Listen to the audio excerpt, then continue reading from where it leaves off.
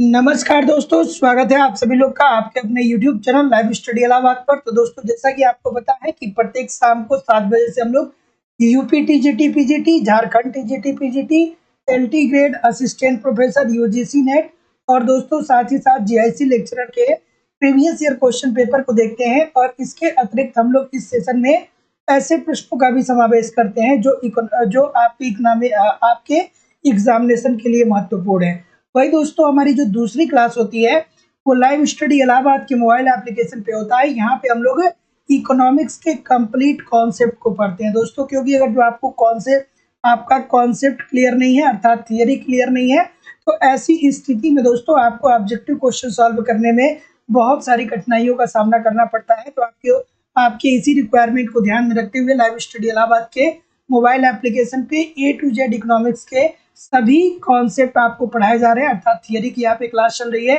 साथ ही साथ दोस्तों, यहाँ पे एक जो सबसे महत्वपूर्ण समस्या होती है इकोनॉमिक्स के छात्रों के साथ, वो होती है कि या तो नोट्स मिलते नहीं है या मिल जाते हैं तो समझ में नहीं आते, पढ़ना क्या है छोड़ना क्या है। तो सिंपल सटीक साधारण भाषा में आपको इकोनॉमिक्स के सभी नोट्स भी प्रोवाइड किए जा रहे हैं। इसके अतिरिक्त दोस्तों आपको टेस्ट सीरीज भी दिया जा रहा है, ताकि आप अपना इवेल्युएशन कर पाइए कि आपकी तैयारी कैसी चल रही है और आपके एग्जामिनेशन में किस प्रकार के प्रश्न पूछे जाते हैं। अनलिमिटेड अटेम्प्ट है, बार बार आप टेस्ट को अटेम्प्ट कर सकते हैं। इसके अतिरिक्त दोस्तों मैं आपका करंट भी कवर करा दूंगा और प्रीवियस ईयर के क्वेश्चन पेपर भी आपको दोस्तों प्रोवाइड कराया जा रहा है। मतलब मेरे द्वारा आपको सब कुछ दिया जा रहा है जो भी आपके एग्जाम के दृष्टिकोण से महत्वपूर्ण है। और जो सबसे बड़ी बात है दोस्तों वो ये है कि वैलिडिटी आपको जो आपकी है वो लाइफ टाइम की है। एक मीन्स अगर जो आप एक बार एडमिशन लेते हैं तो आप हमारे साथ तब तक बने रहेंगे जब तक कि आपका सिलेक्शन हो नहीं जाता है। आगामी जितनी भी परीक्षाएं होंगी जीआईसी की, एलटी की, हमेशा आप हमारे साथ बने रहेंगे। और एडमिशन ओपन है दोस्तों, एडमिशन की जो फीस है वो केवल और केवल 2000 रुपये है। तो 2000 रुपये आपको इस नंबर पे पेमेंट करना होगा, 94 15 863 873 पे, गूगल पे, फोन पे या पेटीएम के माध्यम से आप पेमेंट करेंगे और इसका स्क्रीनशॉट आपको इसी व्हाट्सएप नंबर पे सेंड करना पड़ेगा। कोई भी इंक्वायरी होगी तो इस नंबर पे आप मुझे कॉल कर सकते हैं या व्हाट्सएप मैसेज कर सकते हैं। साथ ही साथ जैसा कि आपको पता है दोस्तों कि झारखंड टीजीटी पीजीटी का भी वैकेंसी आ चुका है, सॉरी केवल पीजीटी का वैकेंसी आया है। तो यहाँ भी दोस्तों आपको झारखंड टीजीटी पीजीटी का नया बैच प्रारंभ कर दिया गया है। यहाँ भी आपको इकोनॉमिक्स के सारे कॉन्सेप्ट पढ़ाए जाएंगे आपके सिलेबस के अनुसार। यहाँ भी वीडियो लेक्चर मिलेगा, नोट्स मिलेगा, टेस्ट सीरीज मिलेगा, प्रीवियस क्वेश्चन पेपर मिलेंगे और करंट भी आपके कराए जाएंगे, झारखंड स्पेशल भी कराए जाएंगे। तो एडमिशन ओपन है दोस्तों, एडमिशन की फीस 2000 रुपये है। इस नंबर पे पेमेंट करके आप क्लास को ज्वाइन कर सकते हैं। इसके अतिरिक्त दोस्तों अगर जो केवल आपको इकोनॉमिक्स का नोट्स चाहिए तो नोट्स भी उपलब्ध है, लाइफ टाइम की वैलिडिटी के साथ एप्लीकेशन पे हमेशा उपलब्ध होगा। ठीक है, यहाँ पे आपके करंट भी कवर कराए जाएंगे। तो दोस्तों फीस सबमिट करके आप इस नंबर पे ज्वाइन कर सकते हैं। इसके अतिरिक्त टेस्ट सीरीज तैयार कर दिया गया है, जाइए टेस्ट अटेम्प्ट करिए, देखिए आपकी तैयारी कैसी चल रही है, आपके एग्जाम में किस प्रकार के प्रश्न आते हैं। 10 टेस्ट दिए जाएंगे अनलिमिटेड अटेम्प्ट के साथ। 1250 प्रश्नों का महत्वपूर्ण यहाँ पे आपको पीडीएफ भी प्रोवाइड किया जाएगा। साथ ही साथ अगर जो आपको केवल प्रीवियस ईयर का क्वेश्चन पेपर चाहिए तो वो भी वीडियो फॉर्म और पीडीएफ दोनों में उपलब्ध है, तो वो भी आपको मिल सकता है। ठीक है, या तो आप इस नंबर पे डायरेक्ट पेमेंट करके परचेज कर लें या डिस्क्रिप्शन बॉक्स में एप्लीकेशन का लिंक है, एप्लीकेशन से आप क्या करिए कि एप्लीकेशन को डाउनलोड करके डायरेक्ट भी वहाँ से परचेज कर सकते हैं। लेकिन अगर जो आप कॉन्सेप्ट की क्लास ज्वाइन करते हैं तो कहीं भी इधर उधर से कुछ भी आपको खरीदने की जरूरत नहीं पड़ेगी, मतलब परचेज करने की जरूरत नहीं पड़ेगी, ना ही टेस्ट सीरीज, ना ही नोट्स और ना ही दोस्तों प्रीवियस ईयर के पेपर। अगर जो ईमानदारी से आप 1 घंटे 30 मिनट एप्लीकेशन पे पढ़ते रहे, 1 घंटे 30 मिनट यूट्यूब पे प्रैक्टिस करते रहे, तो दोस्तों आपकी सारी समस्याएं हल हो जाएंगी। कहीं भी इधर उधर से कुछ आपको कलेक्ट करने की जरूरत नहीं पड़ेगी। बिल्कुल ठीक है। Good evening everybody. जैसा कि मैं देख पा रहा हूँ बहुत सारे लोग जुड़ भी चुके हैं। चलिए आपके सामने पहला प्रश्न रहा दोस्तों ये कि वे बैंक जो स्वयं सहायता समूहों से संबंधित लघु वित्तीय कार्यक्रमों को क्रियान्वित कर रहे हैं वे बैंक कौन से हैं। बिल्कुल ठीक है, एक बार वीडियो को सभी लोग लाइक और शेयर कर लीजिए और अगर जो अभी तक चैनल को आपने सब्सक्राइब नहीं किया है तो चैनल को सब्सक्राइब भी कर दीजिए। ठीक है, चलिए ताकि आपको नोटिफिकेशन मिलता रहे। अब हम लोग दोस्तों मूव करेंगे अपने, बिल्कुल ठीक है। ऑप्शन नंबर क्या होगा भाई, बहुत सारे लोग डी की तरफ जा रहे हैं, और कोई डी के अलावा? तो जितने लोग भी भैया डी बोल रहे हैं सभी लोग का उत्तर बिल्कुल ठीक है कि वे बैंक जो स्वयं सहायता समूहों से संबंधित लघु वित्तीय कार्यक्रमों को क्रियान्वित कर रहे हैं। वो बैंक कौन कौन से होते हैं भैया? वाणिज्यिक बैंक होता है, क्षेत्रीय ग्रामीण बैंक और कोऑपरेटिव बैंक के माध्यम से क्रियान्वित किया जाता है। तो जितने लोग भी जी बोल रहे हैं एब्सोल्युटली ठीक है। तो याद रखिएगा कि वे बैंक जो स्वयं सहायता समूहों से संबंधित लघु वित्तीय कार्यक्रमों को क्रियान्वित कर रहे हैं वे हैं वाणिज्यिक बैंक, क्षेत्रीय ग्रामीण बैंक और cooperative bank. Option number D बिल्कुल ठीक है। अगले प्रश्न की तरफ मूव करेंगे। निम्नलिखित में से कौन सी नई वित्त पोषण एजेंसी सूक्ष्म एवं लघु व्यापार के लिए वित्त मुहैया कराती है? अच्छा सा प्रश्न है, बताइए। बिल्कुल ठीक है। निम्नलिखित में से कौन सी नई वित्त पोषण एजेंसी सूक्ष्म एवं लघु व्यापार के लिए वित्त मुहैया कराती है? क्या उत्तर आएगा भैया? बिल्कुल ठीक है, बिल्कुल ठीक है। ऑप्शन नंबर, बहुत सारे लोग गलत करेंगे, बहुत सारे लोग गलत करेंगे इस प्रश्न का उत्तर, पता है मुझे, बहुत सारे लोग गलत करेंगे। बिल्कुल ठीक है, ठीक है, बहुत सारे लोग गलत करेंगे, एब्सोल्युटली गलत कर भी रहे, गलत कर भी रहे। देखिए दोस्तों, 2015 से पहले जो था वो आप सीबीडी कर सकते थे, देयर इज नो डाउट, ठीक है। लेकिन दोस्तों 8 अप्रैल 2015 को प्रधानमंत्री नरेंद्र मोदी ने, देखिए, एक मुद्रा क्या एजेंसी की स्थापना की। इसका पूरा नाम क्या है? Micro unit development and reference agency limited, जिसे हम लोग क्या बोलते हैं? मुद्रा बोलते हैं।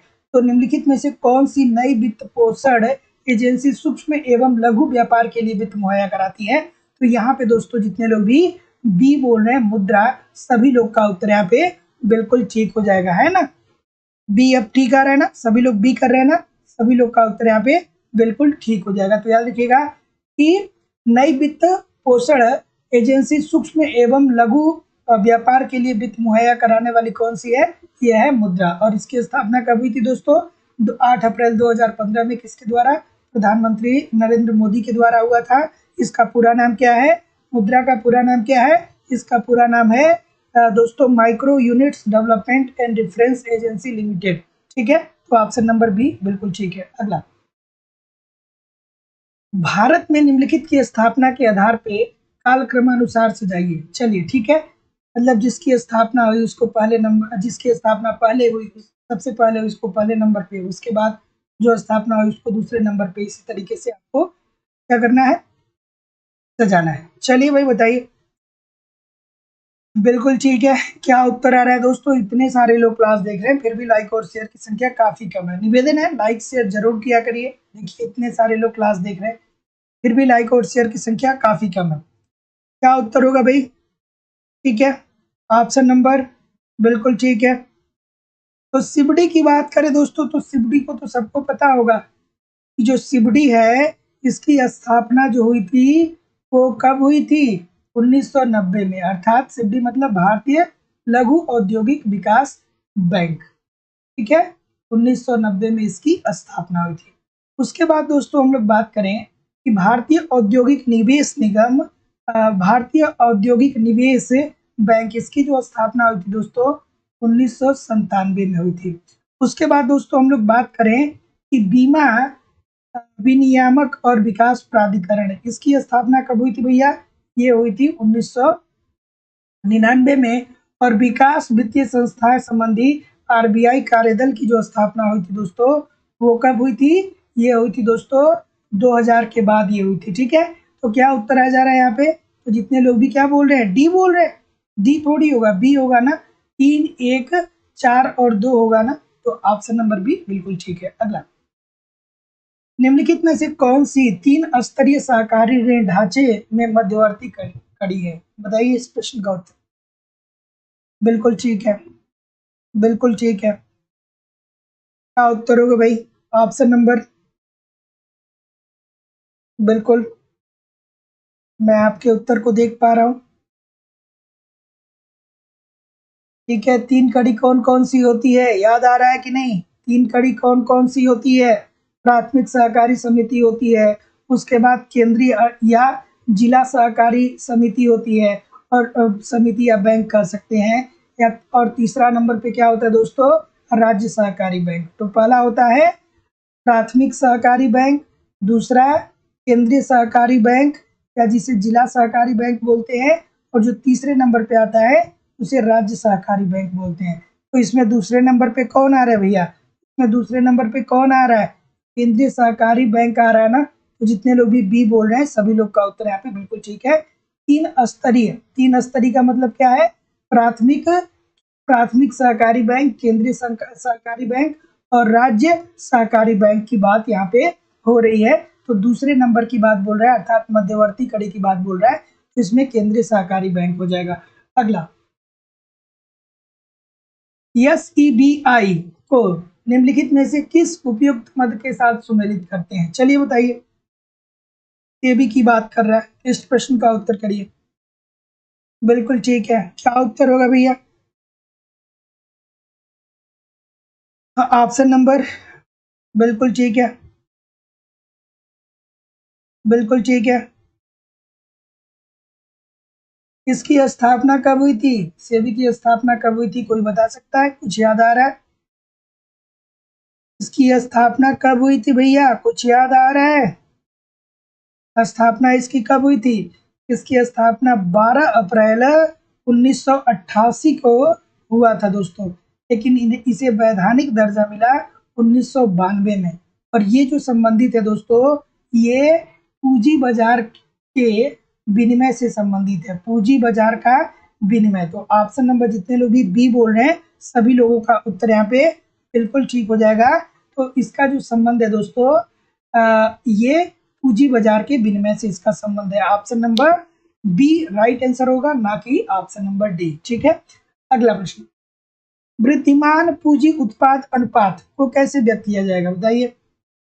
बिल्कुल ठीक है, वृद्धिमान पूंजी उत्पाद अनुपात को कैसे व्यक्त करते हैं? क्या उत्तर होगा भाई? बिल्कुल ठीक है, ऑप्शन नंबर बी बोल रहे हैं।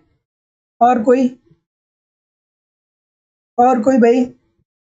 बिल्कुल ठीक है, ये पूंजी की मात्रा में वृद्धि और उत्पादन की मात्रा में वृद्धि के अनुपात को व्यक्त करता है। ठीक है, तो ICOR जो है, अर्थात वृद्धिमान पूंजी उत्पाद जो है, ये पूंजी में वृद्धि और उत्पादन में वृद्धि के अनुपात को प्रदर्शित करता है। तो जितने लोग भी यहाँ पे बी की बात कर रहे हैं सभी लोग का उत्तर है दोस्तों बिल्कुल ठीक है। अगला, निम्नलिखित में से असंगठित मुद्रा बाजार का अंग है? देखिए दोस्तों, ये प्रश्न तो होते हैं बहुत इजी, ठीक है, लेकिन गलतियां भी बहुत होती हैं। एकदम तल्लीनता के साथ कंसंट्रेट होकर इस प्रश्न का उत्तर करना है ना। बताइए इस प्रश्न का उत्तर क्या होगा? ऑप्शन नंबर क्या आ रहा है भाई? बिल्कुल ठीक है, कमेंट के आपको मैं देख रहा हूं, क्या बोल रहे हैं भैया? बिल्कुल ठीक है, बी बोल रहे हैं। देखिए भैया, एक होता है संगठित, एक होता है संगठित और दूसरा होता है दोस्तों असंगठित। ठीक है, देख लीजिएगा, मार्कर ठीक नहीं चल रहा है। पहला संगठित होता है और दूसरा क्या होता है दोस्तों? असंगठित होता है। तो ये कह रहा है कि असंगठित मुद्रा बाजार का अंग कौन सा नहीं है? तो साहूकार हो गए, महाजन हो गए, ठीक है, आपके रिश्तेदार हो गए, इनसे आप ऋण लेते हैं। ठीक है, प्राचीन मतलब आज से 2-4 दशक पहले ज्यादा इसका प्रचलन था, लेकिन जब से सहकारी बैंक आ गए, क्षेत्रीय ग्रामीण बैंक आ गया, व्यापारिक बैंक आ गया, तब से इसका दोस्तों अब लोग उपयोग क्या कर रहे हैं? कम कर रहे हैं। साहूकार, महाजन, इनका कहीं ना कहीं दोस्तों एक तरीके से पतन भी हो गया है। ठीक है, तो असंगठित मुद्रा बाजार का अंग कौन सा नहीं है? तो साहूकार नहीं है। इसके अंतर्गत कौन कौन आते हैं? सहकारी बैंक, क्षेत्रीय ग्रामीण बैंक और व्यापारिक बैंक। अगला, निम्नलिखित में से कौन सा यूनिट ट्रस्ट ऑफ इंडिया से संबंधित नहीं है? यूनिट ट्रस्ट ऑफ इंडिया से संबंधित कौन सा नहीं है? बताइए। सर जी, आपकी तबीयत ठीक है? अब ठीक हो? तबीयत ठीक ही है। आप लोग देख सकते हैं कि बहुत ज़्यादा एनर्जेटिक नहीं हूँ जैसे रोज रहता हूँ। थोड़ी सी तबीयत ठीक नहीं है, बट इतनी भी ठीक नहीं है कि क्लास नहीं ली जा सके। है ना।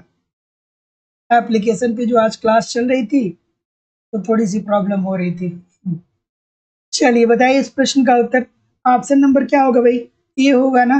तो जितने लोग भी ए बोल रहे हैं सभी लोग का उत्तर बिल्कुल ठीक है कि भारत में कौन सा यूनिट ट्रस्ट ऑफ इंडिया से संबंधित नहीं है। तो यूनिट ट्रस्ट ऑफ इंडिया से कैन गंगा संबंधित नहीं है। तो जितने लोग भी ऑप्शन नंबर ए बोल रहे हैं सभी लोग का उत्तर बिल्कुल ठीक हो जाएगा। यूनिट ट्रस्ट ऑफ इंडिया की स्थापना कब हुई? मुझे आप कमेंट करके बताइए। ठीक है, इसकी स्थापना कब हुई? यूनिट ट्रस्ट ऑफ इंडिया की स्थापना कब हुई? इसका आप मुझे कमेंट करके बताइए। और यूनिट ट्रस्ट ऑफ इंडिया के अंतर्गत शेयर आता है, मास्टर गेन आता है और ग्रैंड मास्टर आता है। ठीक है, तो ऑप्शन नंबर क्या हो जाएगा? ये this is the right answer हो जाएगा। अगला, इस सरकार में वित्तीय समावेशी कोष बनाने का निश्चय किसके द्वारा किया गया भैया बताइए। बिल्कुल ठीक है।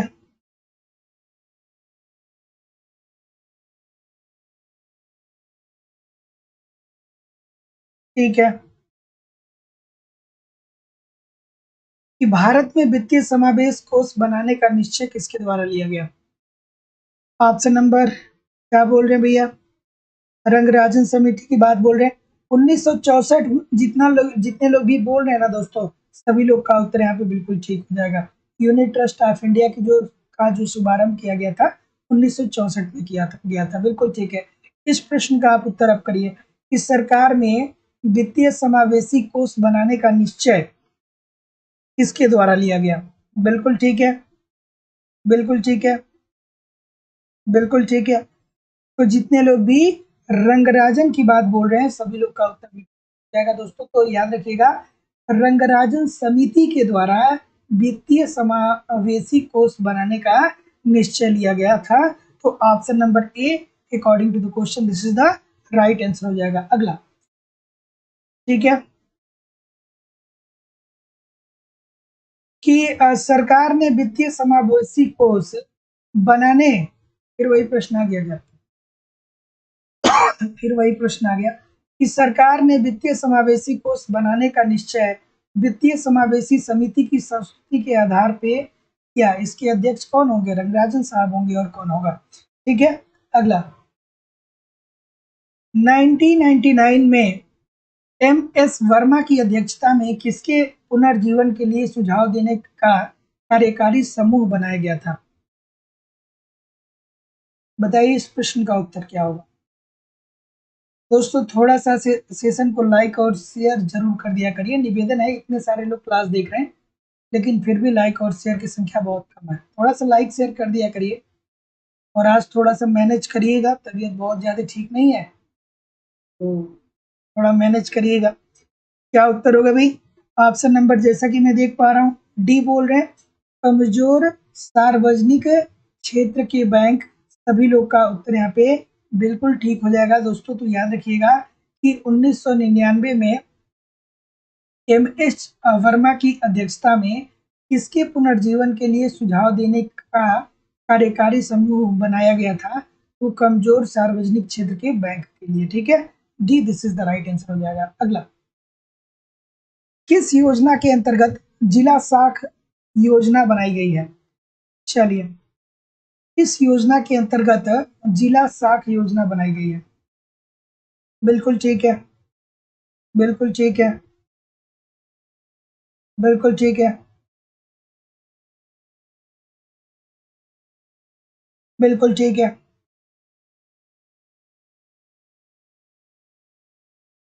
बिल्कुल ठीक है। ऑप्शन नंबर गलत नहीं होना चाहिए यार। गलत क्यों कर रहे हैं? बहुत सारे लोग गलत कर रहे हैं। ई होगा ना? बिल्कुल ठीक है। लीड बैंक योजना। ठीक है, तो जितने लोग भी लीड बैंक योजना देख कर रहे हैं सभी लोग का उत्तर यहाँ पे बिल्कुल ठीक हो जाएगा। इसके अंतर्गत दोस्तों प्रत्येक जिले को, जितने भी जिले हैं सभी जिलों को किसी न किसी बैंक के माध्यम से जोड़ा गया है ताकि किसानों को, कृषकों को और इसके अतिरिक्त दोस्तों और क्या हो कि जो छोटे मोटे मतलब जो छोटा मोटा क्या करना चाहता है, व्यवसाय करना चाहता है, उसको ऋण प्रोवाइड किया जा सके। ठीक है, तो सी this is the right answer. अगला, भारतीय औद्योगिक विकास बैंक की स्थापना की गई थी। इजी सा प्रश्न है। चलिए, भारतीय औद्योगिक विकास बैंक की स्थापना की गई, कब किया गया भाई? बिल्कुल ठीक है। भारतीय औद्योगिक विकास बैंक की स्थापना कब हुई? क्या बोल रहे हैं? 1964 बोल रहे हैं। सभी लोग का उत्तर बिल्कुल ठीक हो जाएगा। और ये जो भारतीय औद्योगिक विकास बैंक है, अब दोस्तों इसको परिवर्तित कर दिया गया है। ठीक है, किसमें परिवर्तित कर दिया गया है, कोई बता सकता है?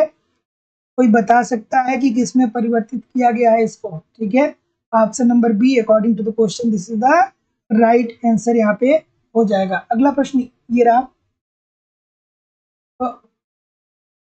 कि प्रथम क्षेत्रीय ग्रामीण बैंक की स्थापना की गई। ठीक है, बिल्कुल ठीक है, बिल्कुल ठीक है।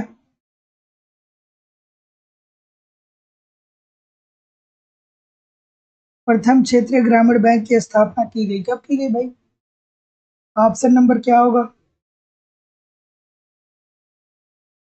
ये बोल रहे हैं, ये बोल रहे हैं 1975 में। सभी लोग का उत्तर बिल्कुल ठीक है।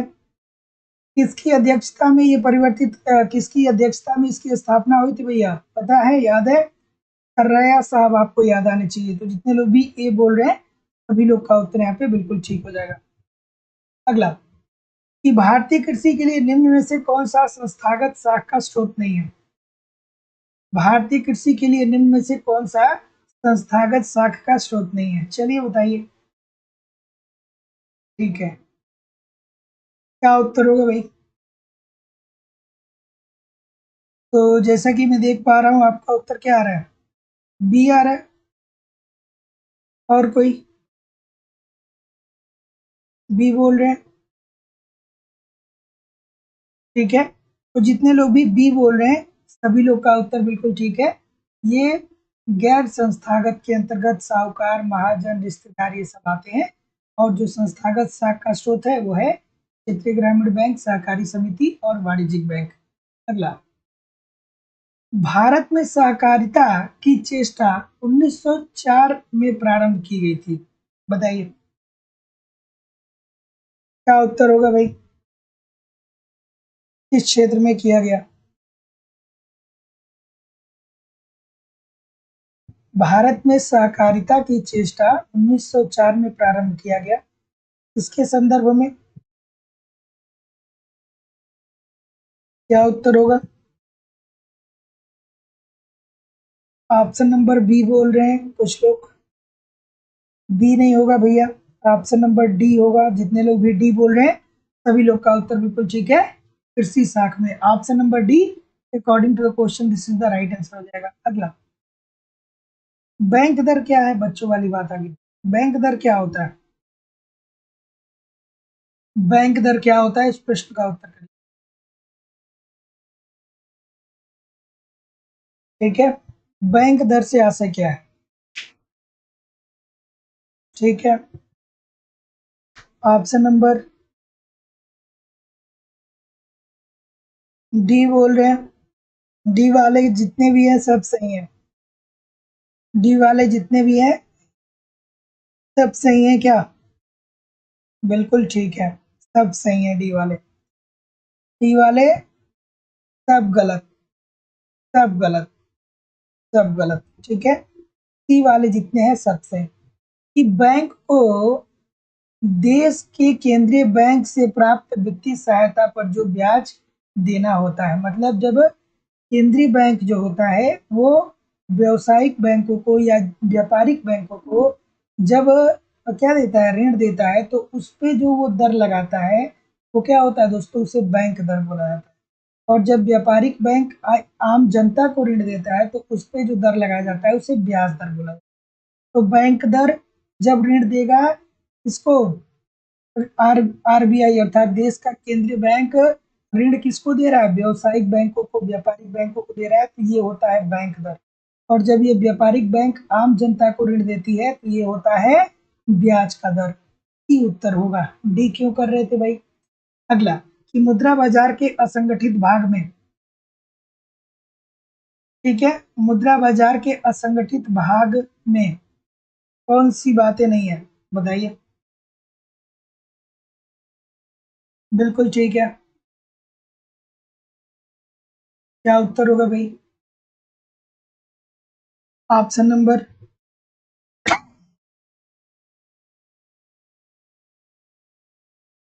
डी बोल रहे हैं। और कोई भैया? डी के तरफ कितने सारे लोग जा रहे हैं? डी के तरफ कितने सारे लोग जा रहे हैं? सभी लोग जा रहे हैं। बिल्कुल ठीक है, असंगठित के अंतर्गत साहूकार आते हैं, महाजन आते हैं, रिश्तेदार आते हैं। ठीक है, अगला। ग्राम स्तर पर ऋण किसके द्वारा वितरित होता है? गांव के स्तर पे पूछ रहा है कि गांव के स्तर पर ऋण किसके द्वारा वितरित होता है, आपको बताना है। क्या उत्तर होगा भैया? कुछ लोग कहेंगे सर केंद्रीय सहकारी बैंक के द्वारा। सब अच्छा बोल रहे हैं क्या? ठीक है, तो जितने लोग भी बी बोल रहे हैं, प्राथमिक सहकारी समितियों के द्वारा, सभी लोग का उत्तर यहाँ पे बिल्कुल ठीक है। और इसके अंतर्गत 3 श्रेणियां आती हैं। कौन कौन सी? ग्राम स्तर, दूसरा जिला स्तर, और तीसरा दोस्तों राज्य स्तर। ठीक है, तो अभी हम लोगों ने कुछ कुछ क्वेश्चन पहले इसको क्या किया था, देखा भी था।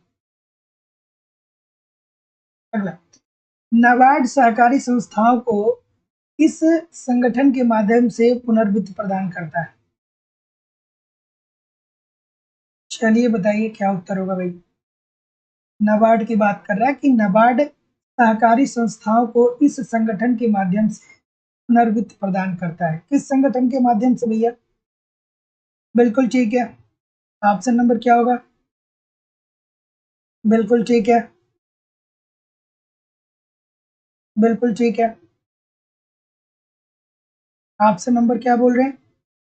राज्य सहकारी बैंक बोल रहे हैं। तो जितने लोग भी राज्य सहकारी बैंक बोल रहे हैं, अगर जो इसमें भूमि विकास बैंक होता तो बोलते, फिर वाणिज्यिक बैंक होता तो ये भी बोलते। तो नाबार्ड सहकारी संस्थाओं को राज्य सहकारी बैंकों के माध्यम से, भूमि विकास बैंकों के माध्यम से, और वाणिज्यिक बैंकों के माध्यम से क्या करता है दोस्तों? क्या करता है दोस्तों, देखिए, सहकारी संस्थाओं को इस संगठन के माध्यम से पुनर्वित्त प्रदान करता है। तो किसके माध्यम से पुनर्वित्त प्रदान करता है? राज्य सहकारी बैंक, भूमि विकास बैंक और वाणिज्यिक बैंक के माध्यम से। अगला, सूची 1 को सूची 2 के साथ सुमेलित करिए। भारतीय औद्योगिक वित्त निगम की बात हो रही है, जिसे आईएफसीआई बोलते हैं। और सबसे पुरानी संस्था यही है ना। स्थापना कब हुई थी?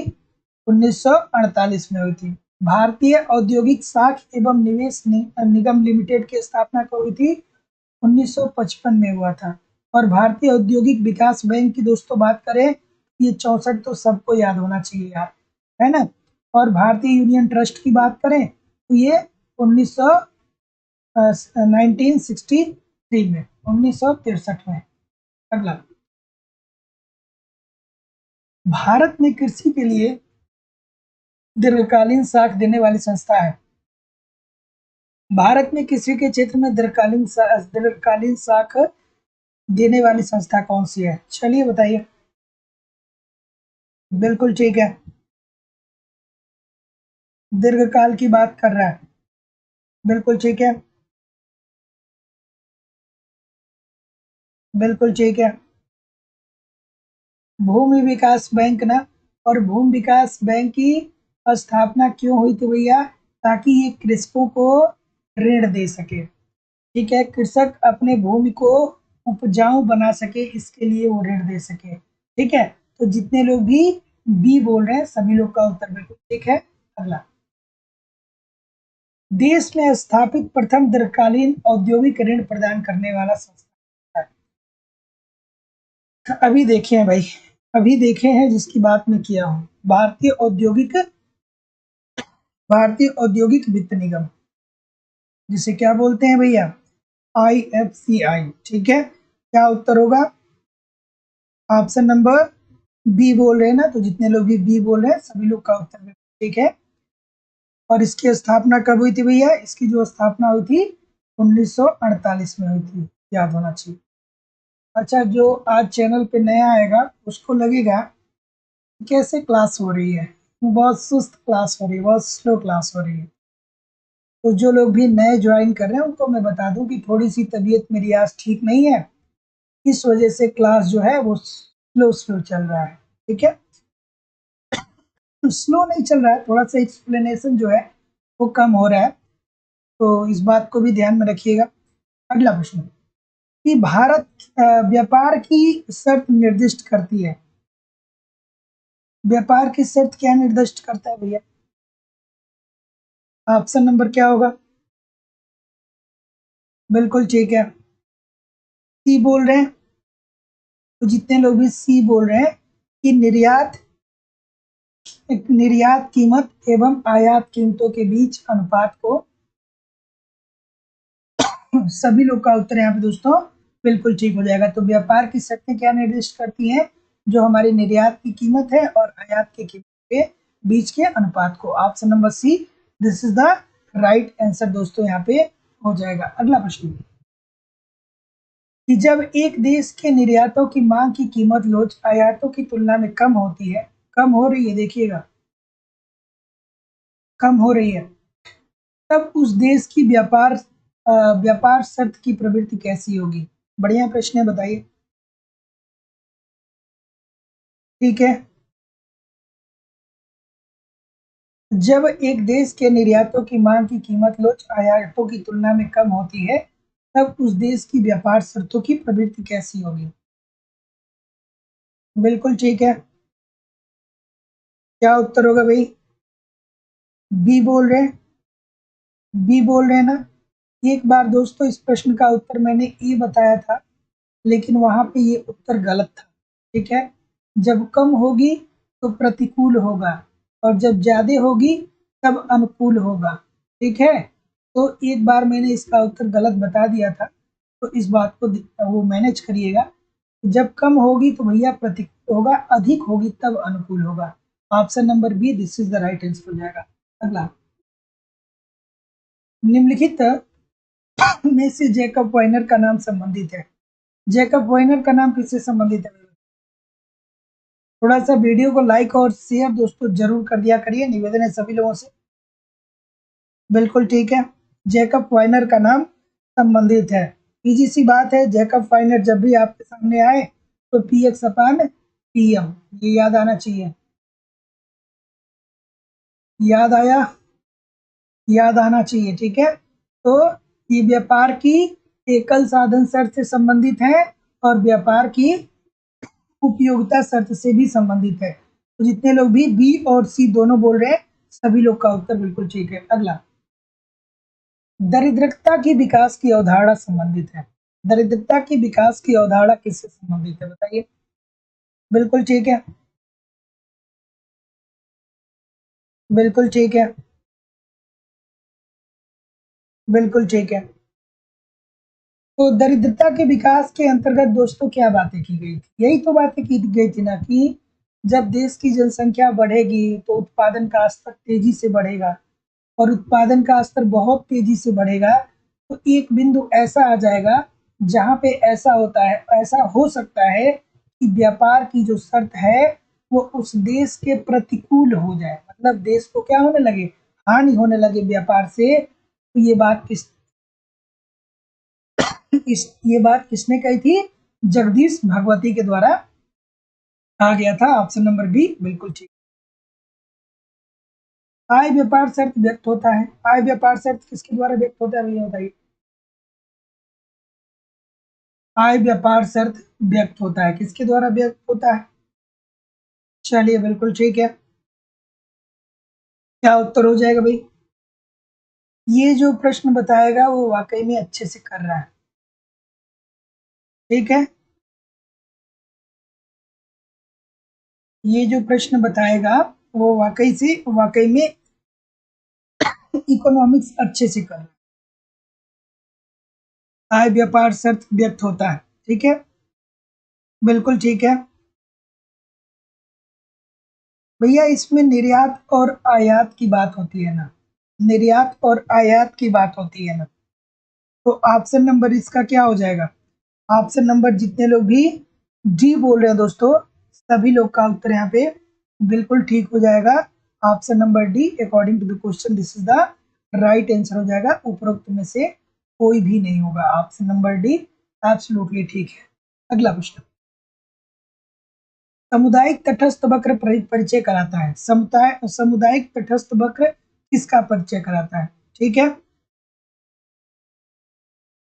अब देखिए वही बात है, याद आना चाहिए। हाई व्यापार शर्त की बात किसने की थी? डोरेंस ने किया था। क्या डोरेंस ने कहा था? उन्होंने ये कहा था ना कि क्या होता है, उन्होंने कहा था कि किसी देश के निर्यात में परिवर्तन, किसी देश में के निर्यात में परिवर्तनों के अनुपात में उसकी परिवर्ती हुई आयात की तुलना करते हैं। ठीक है, तो ऑप्शन नंबर वहां पे क्या होगा? डी होना चाहिए था। आयातों की क्षमता और निर्यातों की क्षमता की तुलना होती है। क्या होगा भाई? सामुदायिक तटस्थ वक्र परिचय कराता है, किससे परिचय कराता है? जो हमारे देश की रुचि है और हमारे देश की प्राथमिकता है वो कैसी है। ठीक है, तो याद रखिएगा कि सामुदायिक तटस्थ वक्र परिचय कराता है कि देश की रुचि क्या है एवं देश के मांग की प्राथमिकता क्या है। अगला, निम्नलिखित में से कौन सा अर्थशास्त्री यह मानता है कि ऐतिहासिक दृष्टि से अंतरराष्ट्रीय व्यापार ने अल्प विकसित देशों के विकास को रोका है? बच्चों वाला प्रश्न है, बच्चों वाला प्रश्न है कि नहीं है?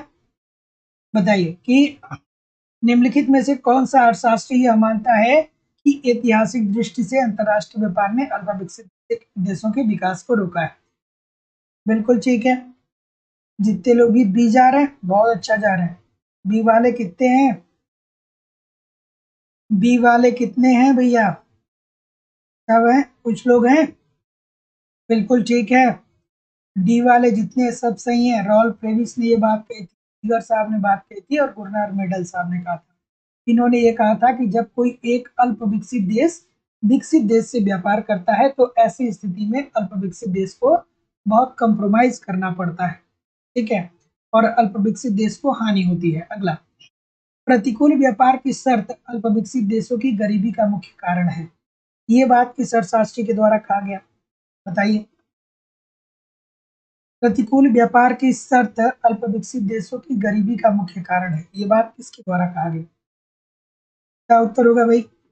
बिल्कुल ठीक है, तो फिर वही बात होगी। ट्रेविस साहब ने कहा था कि जब एक अल्प विकसित देश से व्यापार करते हैं तो ऐसी स्थिति में अल्प विकसित देश को व्यापार से हानि होता है। ये बिल्कुल ठीक है। अगला, मार्शल के अनुसार व्यापार की शर्तों का निर्धारण वहां होता है जहां दो देशों के प्रस्ताव वक्र, चलिए बताइए। बिल्कुल ठीक है। क्या करते हैं? स्पर्श करते हो, बराबर हो या काटते हो, या इनमें से कोई नहीं होगा? बताइए क्या उत्तर होगा भाई? ऑप्शन नंबर, जैसा कि मैं देख पा रहा हूँ कि मार्शल के अनुसार व्यापार की शर्त का निर्धारण वहां होता है जहां दो देशों के प्रस्ताव वक्र क्या करते हो? एक दूसरे को इंटरसेक्ट करते हो, एक दूसरे को काटते हो। तो याद रखिएगा दोस्तों, मार्शल साहब ने जो व्यापार की शर्तें दी थी उसमें उन्होंने कहा था कि निर्धारण वहां पे होगा जहां पे क्या होगा? दो देशों के प्रस्तावक एक दूसरे को काट रहे हो। अगला, निम्नलिखित में से विदेशी व्यापार नीति के अंतर्गत भारत द्वारा अपनाया गया, निम्नलिखित में से विदेशी व्यापार नीति के अंतर्गत भारत द्वारा क्या अपनाया जा रहा है, क्या क्या अपनाया गया? चलिए बताइए। इजी सा प्रश्न है, बच्चों वाला प्रश्न है। चलिए बिल्कुल ठीक है। क्या उत्तर होगा भाई? जैसा कि मैं देख पा रहा हूँ बी के तरफ कुछ लोग जा रहे हैं। बिल्कुल भैया, अच्छी बात है। हम क्या कर रहे हैं? अपने आयात को दूसरी देश से अपने देश में वस्तुओं के आयात में कमी ला रहे हैं ताकि हम आत्मनिर्भर बन सकें, और अपनी देश में बनी वस्तुओं को दूसरे देश में ले जाकर के बेच रहे हैं ताकि हमारी राष्ट्रीय आय में वृद्धि आ जाए। तो आयात प्रतिस्थापन मतलब हम वस्तुओं का कम आयात करेंगे और निर्यात को प्रोत्साहन देंगे कि विश्व बाजार में हमारी वस्तुएं क्या हो, ज्यादा बिके, तो हमको ज्यादा विदेशी मुद्रा प्राप्त होगी, ज्यादा विदेशी मुद्रा प्राप्त होगी तो इससे हमारे राष्ट्रीय आय में वृद्धि आएगी। ठीक है, तो बी बिल्कुल ठीक है। अगला, दो मुद्राओं की आंतरिक क्रय शक्ति का अनुपात कहलाता है। चलिए, प्यारा सा प्रश्न है, इस प्रश्न का उत्तर करिए। और दोस्तों, अभी तक जिन लोगों ने भी लाइव स्टडी इलाहाबाद के मोबाइल एप्लीकेशन पे इकोनॉमिक्स के कॉन्सेप्ट की क्लास को नहीं ज्वाइन किया, जरूर ज्वाइन करिए। आपको ए टू जेड आपको सारी चीजें प्रोवाइड की जा रही है, पूरी इकोनॉमिक्स पढ़ाई जा रही है, चाहे आप उत्तर प्रदेश से हो या झारखंड से हो। झारखंड का अलग बैच है, उत्तर प्रदेश का अलग बैच है। पूरी कॉन्सेप्ट अर्थात थियरी की क्लास चलाई जा रही है। पूरे इकोनॉमिक्स के नोट्स आपको मिलेंगे, टेस्ट सीरीज मिलेंगे, वहां पे दोस्तों आपको प्रीवियस ईयर के क्वेश्चन पेपर भी मिलेंगे, करंट भी कवर करा दिया जाएगा। झारखंड से है तो आपका झारखंड स्पेशल भी कवर करा दिया जाएगा। सब कुछ कवर कराया जा रहा है दोस्तों। एडमिशन ओपन है, ईमानदारी से एप्लीकेशन पे 1 घंटे 30 मिनट पढ़ते रहेंगे, फिर यहाँ पढ़ते रहेंगे तो सारी चीजें आपकी क्लियर हो जाएंगी। एडमिशन ओपन है, एडमिशन की फीस 2000 रुपया दोस्तों। 2000 रुपया आपको इस नंबर पे पेमेंट करना होगा, गूगल पे, फोन पे या पेटीएम के माध्यम से, और इसका स्क्रीनशॉट आपको इसी व्हाट्सएप नंबर पे सेंड करना होगा। कोई भी इंक्वायरी होगी तो इस नंबर पे कॉल या व्हाट्सएप मैसेज कर सकते हैं। डिस्क्रिप्शन बॉक्स में एप्लीकेशन का लिंक दिया गया है, एप्लीकेशन को डाउनलोड करके वहां से भी डायरेक्ट परचेज कर सकते हैं। ठीक है, तो क्या उत्तर होगा भाई? क्रय शक्ति क्षमता। किसकी याद आई? किसी की याद आई? दो मुद्राओं की आंतरिक क्रय शक्ति का अनुपात जो होता है दोस्तों, उसे हम क्रय शक्ति समता बोलते हैं। किसी की कौन अर्थशास्त्री याद आ रहा है? क्रय शक्ति समता सिद्धांत किसने दिया था? कमेंट करके बताइए। तो याद रखिएगा कि दो मुद्राओं की आंतरिक क्रय शक्ति का अनुपात क्रय शक्ति समता कहलाता है। ठीक है, अगला, वह दर जिस पर एक देश की मुद्रा दूसरे देश की मुद्रा में रूपांतरित होती है कहलाती है। गुड साहब, कैसल साहब, बिल्कुल ठीक। कैसल साहब को याद करना चाहिए था। अगला, कि वह दर जिस पर एक देश की मुद्रा दूसरे देश की मुद्रा में रूपांतरित होती है उसे क्या बोलते हैं? बिल्कुल ठीक है। क्या उत्तर होगा भाई? ऑप्शन नंबर, बिल्कुल ठीक है, बिल्कुल ठीक है,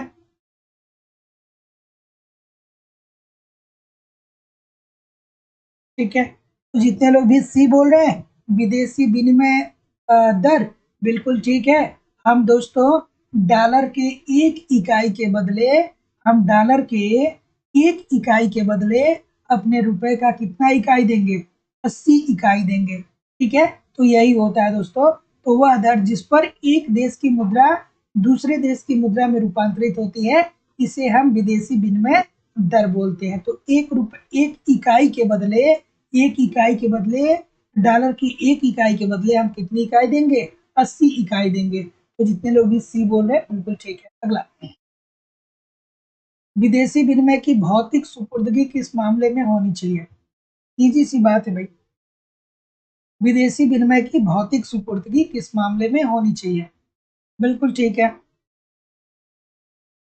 बिल्कुल ठीक है, बिल्कुल ठीक है, बिल्कुल ठीक है।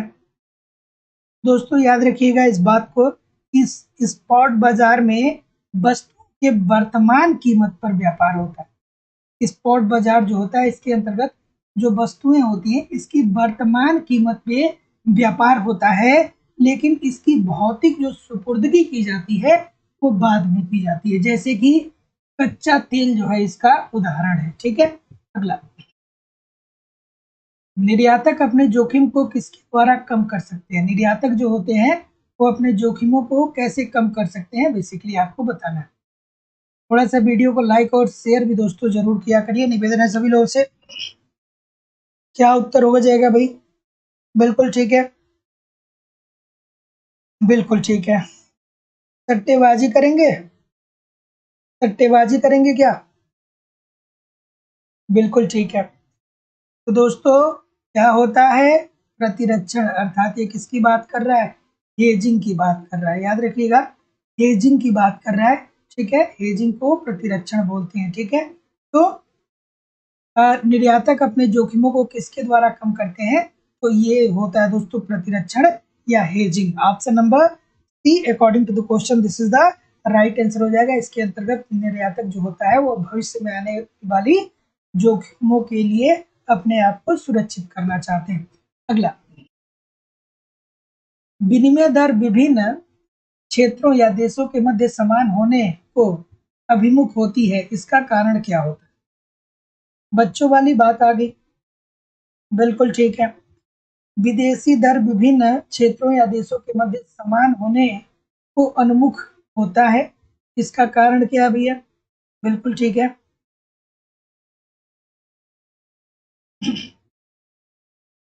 ठीक है, तो मेरी बात को थोड़ा सा ध्यान से समझिएगा कि कुछ लोग इसको गलत करेंगे। ठीक है, तो देखिए, एक या अधिक बाजारों में एक या अधिक बाजारों में जब वस्तु अथवा मुद्रा भिन्न-भिन्न कीमतों पे क्रय अथवा विक्रय किया जाता है, तब यह क्रिया जो होता है दोस्तों, इसे हम लोग अंतरपरण बोलते हैं या आर्बिट्रेज बोलते हैं। ठीक है? और इस क्रिया का जो उद्देश्य होगा वो क्या होगा कि विभिन्न बाजारों में प्रचलित कीमतों में जो अंतर आता है, उस अंतर का लाभ कैसे उठाया जाए। ठीक है, तो जितने लोग भी ए बोल रहे हैं भाई, सभी लोग का उत्तर यहाँ पे बिल्कुल ठीक है। भारत में डॉलर रुपए की परिवर्तन विनिमय दर निर्भर करती है। किस पे निर्भर करेगी भाई? विनिमय दर किस पे निर्भर करेगा? ना डॉलर से मतलब होगा, ना रियाल से मतलब होगा, ना नेपाली रुपया से मतलब होगा। ठीक है, विनिमय दर का माध्यम एक ही और कुछ है ही नहीं। ठीक है, तो विनिमय दर जो निर्धारित होता है दोस्तों, वो मांग व पूर्ति की शक्तियों के आधार पे होता है या मांग व पूर्ति के संतुलन पे होता है। तो जितने लोग भी ये बोल रहे हैं, सभी लोग का उत्तर ठीक। इस आधार पे संरक्षण शुल्क लगाया जाएगा। इस आधार पे संरक्षण शुल्क लगाया जाएगा। अब संरक्षण शुल्क क्या होता है भैया? संरक्षण से आशय है कि हम अपने उद्योगों का संरक्षण करें। हम ये चाह रहे हैं कि जो विदेशी उद्योग है, जो विदेशी वस्तुएं हैं, उनको हम अपने देश में ला करके यूज जो है वो कम से कम करें, और जो हमारे अपने देश के उद्योग हैं या जो हमारे अपने देश के फर्म हैं, वो ज्यादा वस्तुओं को क्या करें, उत्पादन करें, और उससे हम लोग क्या करें, आत्मनिर्भर बन सके। ठीक है, तो क्यों किया जाता है भैया? जैसे पतंजलि को दोस्तों इसका बहुत बड़ा श्रेय जाता है। बहुत सारी विदेशी कंपनियां जो हैं, वो बाबा रामदेव ने उनको क्या किया, या तो उनका मार्केट कम कर दिया, या बहुत सारी विदेशी कंपनियों को भारतीय बाजार से फेंक दिया। ठीक है, बिजनेस किए, ठीक है, वो भी अच्छी बात है, लेकिन बाबा रामदेव ने इस क्षेत्र में बहुत अच्छा काम किया। ठीक है, तो उद्देश्य के आधार पे, तो किस आधार पे संरक्षण शुल्क लगाया जाता है? तो उद्देश्य के आधार पे। उद्देश्य क्या होगा भैया? उद्देश्य ये होगा कि हमको आत्मनिर्भर बनना है, हमारे देश में जो उद्योग हैं उनका हम विकास करें। ठीक है, हम क्या करें कि जो हमारी मांग है, वो हम अपने ही उद्योगों के द्वारा उस मांग की पूर्ति करा लें, दूसरे देश की जरूरत न पड़े। हमको कोलगेट का, हमको और भी जो भी टूथपेस्ट की कंपनियां हैं, उनको मतलब उनके प्रोडक्ट को हम लोग कम उपभोग करें। ठीक है, अगला प्रश्न कि लचीली विनिमय दर का विचार आधारित है। लचीली विनिमय दर का विचार आधारित है, क्या उत्तर होगा भाई? तो जैसा कि मैं देख पा रहा हूँ, और दोस्तों जो लोग भी थोड़ा सा लेट से ज्वाइन किए हैं, थोड़ा सा आज की क्लास में मैनेज करिएगा। मेरी तबीयत थोड़ी सी ठीक है नहीं, तो इस वजह से क्लास थोड़ी सी क्या चल रही है, स्लो चल रही है। ठीक है, तो थोड़ा आराम आराम से आज सहयोग करिएगा। ठीक है, अगला प्रश्न है कि लचीली विनिमय दर का विचार आधारित है। तो जैसा कि मैं देख पा रहा हूँ, सी बोल रहे हैं, मांग व पूर्ति के आधार पे। एब्सोल्युटली राइट है दोस्तों कि लचीली विनिमय दर जो है, ये मांग व पूर्ति के शक्तियों के आधार पर निर्धारित होता है, या मांग या पूर्ति के मांग तथा पूर्ति के सिद्धांतों पे आधारित होता है। तो जितने लोग भी सी बोल रहे हैं, एब्सोल्युटली ठीक बोल रहे हैं। अगला, विनिमय नियंत्रण का प्रत्यक्ष तरीका क्या है?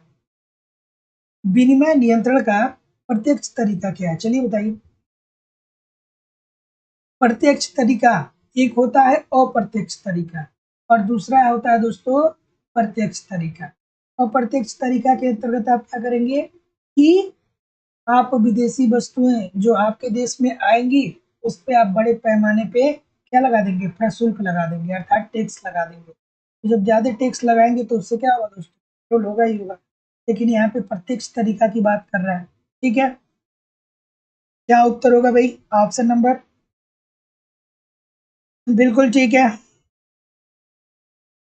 सरकारी हस्तक्षेप, बिल्कुल ठीक है, सरकार का हस्तक्षेप हो जाएगा, विनिमय पर प्रतिबंध लग जाएगा कि, और बहु विनिमय दरें लगा दी जाएंगी। तो जितने लोग भी डी बोल रहे हैं सभी सही है, सभी लोग का उत्तर है। तटकर आरोपित करने वाले देश की अनुकूलतम तटकर दर निम्नलिखित सूत्र का प्रयोग कर ज्ञात किया जा सकता है। चलिए भाई बताइए। बिल्कुल ठीक है, इस प्रश्न का उत्तर करिए। ठीक है, कि तटकर आरोपित करने वाले देश की अनुकूलतम तट दर निम्नलिखित सूत्र का प्रयोग करके ज्ञात किया जा सकता है। चलिए, तो जैसा मैं देख रहा हूं, क्या उत्तर हो जाएगा, बिल्कुल ठीक है। तो जितने लोग भी E is equal to E upon E-1 की बात कर रहे हैं, सभी लोगों का उत्तर यहाँ पे दोस्तों बिल्कुल ठीक है। जो E है वो क्या इंडिकेट करेगा भैया, अनुकूलतम तटकर की दर को इंडिकेट करेगा। और जो E होगा दोस्तों वो क्या इंडिकेट करेगा कि किसी दिए हुए समय पर विदेशी राष्ट्र के प्रस्ताव वक्र की बिंदु लोच को प्रदर्शित करेगा ये, ठीक है। तो option number B according to the question this is the right answer यहाँ पे हो जाएगा। एक सेकेंड, मैंने क्या बता दिया, एक सेकेंड, ऑप्शन नंबर यहाँ पे डी क्या होना चाहिए, एक सेकेंड रुक जाइए। Option number P is equal to E upon E-1 बताया ना, कि ये नहीं होगा भाई, ये होगा T is equal to 1 upon E-1 होगा। डी राइट आंसर हो जाएगा, ठीक है। मुझे बताना था डी ही, बट मैंने गलती से ऑप्शन नंबर बी पे टिक कर दिया था। तो डी जितने लोग भी कर रहे हैं सभी लोग का उत्तर यहाँ पे बिल्कुल ठीक है। अगला प्रश्न, कि मुद्रा विनिमय में टकसाल समता सिद्धांत का तात्पर्य किस तंत्र से है, बताइए। बिल्कुल ठीक है, इस प्रश्न का उत्तर करिए। चलिए, चलिए इस प्रश्न का उत्तर करिए। ठीक है, कि मुद्रा विनिमय के टकसाल समता सिद्धांत का तात्पर्य किस तंत्र से है। तो जैसा कि मैं देख पा रहा हूं आपका उत्तर क्या है भाई, बिल्कुल ठीक है, बी बोल रहे हैं अगेन, बी अगेन बोल रहे हैं, बिल्कुल ठीक है। देखिए ध्यान से देखिएगा दोस्तों, गलती थोड़ी सी हो रही है। जो विनिमय मुद्रा विनिमय का जो टकसाल समता सिद्धांत है, इसके अंतर्गत जो विनिमय दर होती है ना, वो नियत होती है। विनिमय दरें जो होती हैं वो कैसी होती हैं, नियत ही होती हैं, ठीक है, मतलब नियत होती है, ठीक है, वो लचीली नहीं होती है। ऑप्शन नंबर क्या हो जाएगा, A this is the right answer हो जाएगा। ये नियत विनिमय दर होती है। और इसके अंतर्गत दोस्तों होता है कि किन्हीं दो देशों में मुद्राएं जो है, जैसे मान लीजिए कि जो सोना है या जो चांदी है, उस पे आधारित होती है, ठीक है। सोना या चांदी पे आधारित अगर जो है, तो उनके मध्य विनिमय दर दोनों देशों की मुद्राओं के टकसाल समता सिद्धांत के अनुपात में होता है। टकसाल सिद्धांत के अनुपात में दोस्तों होता है। तो option number A this is the right answer. आराम से अगर जो देखेंगे तो भैया, जैसे सोना हम किसी और देश से ला रहे हैं, सोना हमारे भी देश, तो ये क्या होता है, ये नियत विनिमय दर होता है। ये this is the right answer हो जाएगा। अगला, विदेशी प्रस्ताव वक्र की प्रत्याशा के गैप दे दिया गया है, होने की स्थिति को छोड़कर अन्य सभी स्थितियों में प्रशुल्क प्रशुल्क अधिरोपित करने वाले देश की व्यापार स्थिति को सदैव बेहतर बनाता है। चलिए बताइए इस प्रश्न का उत्तर। ठीक है, क्या उत्तर होगा भाई, ऑप्शन नंबर जैसा कि मैं देख पा रहा हूँ, बिल्कुल ठीक है, बिल्कुल ठीक है। चलिए, तो ऑप्शन नंबर क्या हो जाएगा, तो जितने लोग भी बी बोल रहे हैं सापेक्षिक प्रत्यास्था, सभी लोग का उत्तर बिल्कुल ठीक है। तो दोस्तों याद रखिएगा कि विदेशी प्रस्ताव वक्र की प्रत्याशा के सापेक्षिक प्रत्याशा होने की स्थिति को छोड़कर अन्य सभी स्थितियों में प्रशुल्क अधिरोपित करने वाले देश की व्यापार स्थिति को सदैव बेहतर बनाता है। ऑप्शन नंबर बी बिल्कुल ठीक है। अगला, भारतीय रुपए का प्रथम बार अवमूल्यन किया गया, बच्चों वाला प्रश्न आ गया भाई। बिल्कुल ठीक है, ठीक है।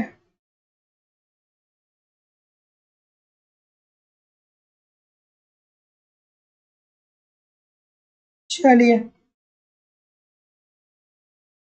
भारतीय रुपए का प्रथम बार अवमूल्यन कब हुआ, ये तो बच्चों वाला प्रश्न। अब तक कितनी बार अवमूल्यन हुआ है?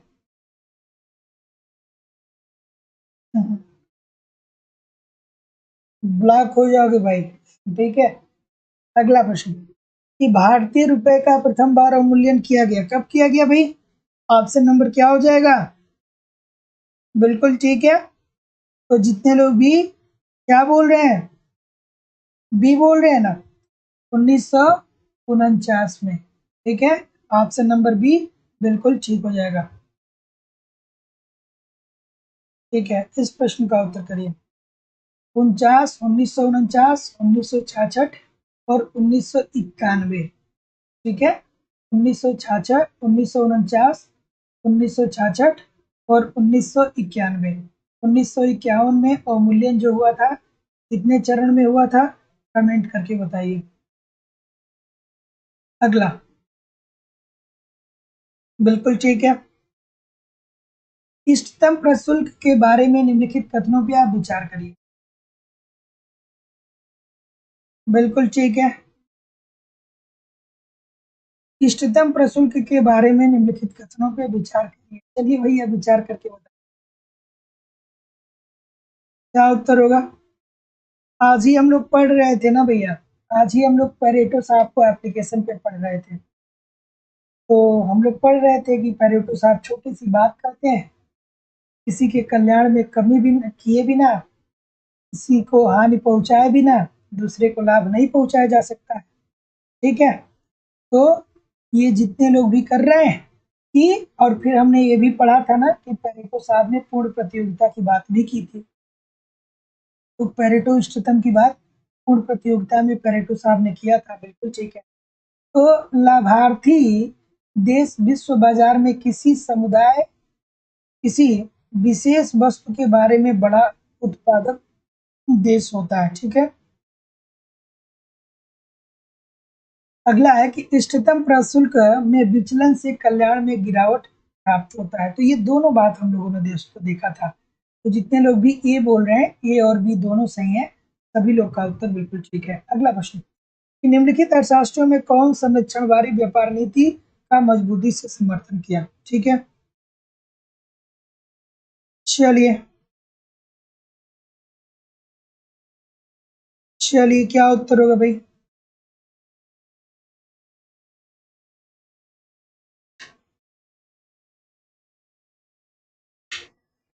निम्नलिखित अर्थशास्त्रियों में से कौन संरक्षणवादी व्यापार नीति का मजबूती से समर्थन करते हैं?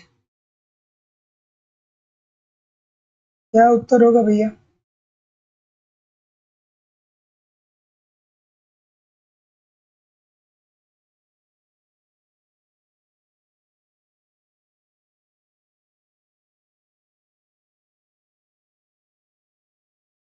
चलिए एक सेकेंड,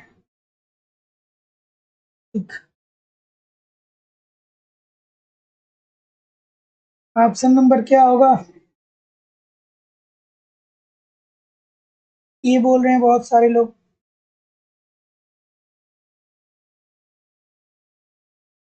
ये के अलावा और कोई? ठीक है। तो जितने लोग भी ये बोल रहे हैं कि फेडरिक लिस्ट और अलेक्जेंडर हैमिल्टन, सभी लोग का उत्तर यहाँ पे दोस्तों बिल्कुल ठीक है। अगला प्रश्न, यही लोग तो कहते हैं ना कि एक उद्योग में जो पुरानी फर्में हैं उनसे नई फर्मों को कम्पीट करने में बहुत कठिनाइयां होगी, इसलिए नई फर्मों को आप क्या करिए, बिल्कुल ठीक है, नई फर्मों को आप थोड़ा-सा संरक्षण दीजिए ताकि वो पुराने फर्मों से लड़ सकें, ठीक है? विदेशी विनिमय बाजार में हेजिंग निम्नलिखित में से किसकी ओर संकेत करता है? अब हेजिंग तो हमने ऑलरेडी देख ही लिया, ठीक है? हेजिंग कहाँ से क्या होगा भई? विदेशी विनिमय बाजार में हेजिंग जो होता है, इससे क्या तात्पर्य है? तो जैसा कि मैं देख पा रहा हूँ, हेजिंग क्या होता है? यही तो होता है ना कि भविष्य में विदेशी विनिमय दरों में उच्चावचनों के जोखिम से प्रतिरक्षित करना, ठीक है? तो हेजिंग का तात्पर्य यही तो होता है। अभी हमने कई बार देखा है इसको, हेजिंग से तात्पर्य क्या है? इसको हिंदी में क्या बोलते हैं? प्रतिरक्षण बोलते हैं, ठीक है? तो विदेशी विनिमय बाजार में हेजिंग निम्नलिखित में से किसकी ओर संकेत करता है? तो भविष्य में विदेशी विनिमय दरों के में उच्चावचनों के जोखिमों से प्रतिरक्षा, ठीक है? अगला प्रश्न, जब दो अथवा अधिक देश अपने मध्य व्यापार को बढ़ावा देने के लिए आयात अभ्यास अर्थात जो कोटा है तथा प्रशुल्क समाप्त करने के लिए एक समझौता करते हैं, तो इस प्रकार के देशों के समूह के गठन को कहते हैं। बहुत इजी सा प्रश्न है, लेकिन बहुत बार ये प्रश्न आया है, ठीक है? बहुत इजी सा प्रश्न है, लेकिन बहुत बार ये प्रश्न आया है। चलिए बताइए भाई इस प्रश्न का उत्तर, ठीक है? क्या उत्तर होगा? तो जैसा कि मैं देख पा रहा हूँ, ये होगा दोस्तों ऑप्शन नंबर ए कि मुक्त व्यापार क्षेत्र, ठीक है? तो मुक्त व्यापार क्षेत्र के अंतर्गत दोस्तों क्या होता है, ठीक है? मुक्त व्यापार क्षेत्र के अंतर्गत क्या होता है कि जब दो अथवा अधिक देश अपने मध्य व्यापार को बढ़ावा देने के लिए आयात अभ्यास अर्थात कोटा तथा प्रशुल्क को समाप्त कर देते हैं। मतलब एक तरीके से ये क्या करते हैं दोस्तों कि स्वतंत्र व्यापार नीति को बढ़ावा देते हैं और इसके लिए समझौता करते हैं। तो इस प्रकार से देशों के समूह के गठन को हम लोग मुक्त व्यापार क्षेत्र की संज्ञा देते हैं। अगला प्रश्न, कि निम्नलिखित में से कौन किसी देश की मुद्रा के वास्तविक प्रभावी विनिमय दर के बारे में सही है? मोस्ट इंपॉर्टेंट प्रश्न है, बहुत बार पूछा जा चुका है। चलिए भाई बताइए। चलिए ठीक है, कोई दिक्कत नहीं है।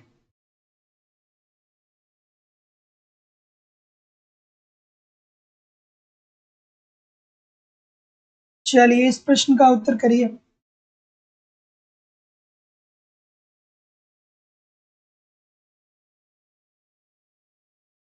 ठीक है, तो जितने लोग भी ऑप्शन नंबर क्या बोल रहे हैं भाई? बिल्कुल ठीक है, ऑप्शन नंबर क्या बोल रहे हैं? डी बोल रहे हैं। डी बोल रहे हैं तो बिल्कुल ठीक है कि यह लेन देन वाली मुद्राओं के मूल्य का भारित औसत होता है और यह कीमतों की मुद्रास्फीति दर के लिए समायोजित होता है।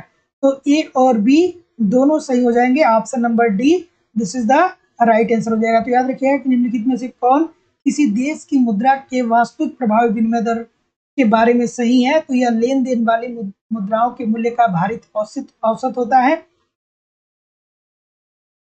बिल्कुल ठीक है, यह कीमतों की मुद्रास्फीति दर के लिए समायोजित होता है, ठीक है?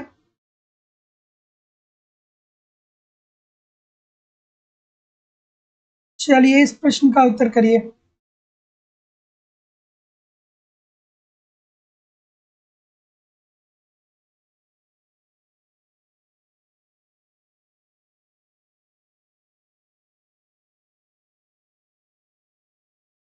हुआ भाई, कोई बात है क्या? किसी को कोई समस्या है क्या?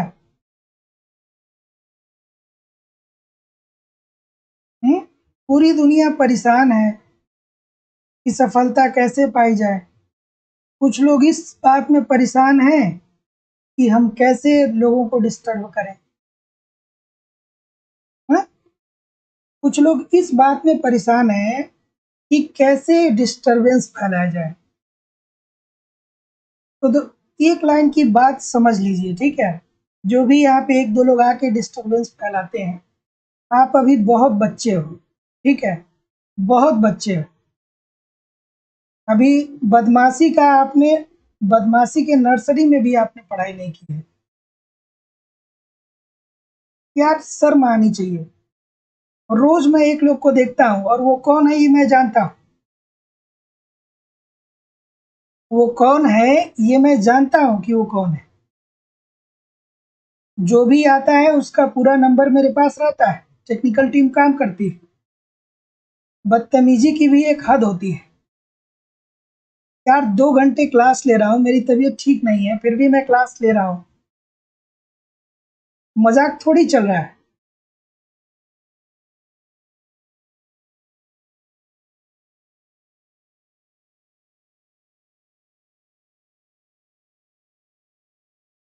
और अगर जो बहुत बदमाशी करने का मन ही है तो बदमाशी बड़े लेवल पे करो यार। ये कमेंट करने से क्या हो जाएगा? मैंने अपनी जिंदगी के 12 साल ऐसी जगह पे बिताया है ना, जहाँ पे तू मैं करने पे लड़के आके बम मार देते थे सब। जो लोग इलाहाबाद विश्वविद्यालय से जुड़े होंगे वो जानते होंगे। तो अभी आप उस नर्सरी में भी नहीं पढ़े हो जहाँ से हमने पोस्ट ग्रेजुएशन पास किया है। तो ये रोज नंबर बदल बदल करके और क्लास को डिस्टर्ब करने का जो आप प्रयास कर रहे हो, ये बहुत बचकानी सी हरकत है।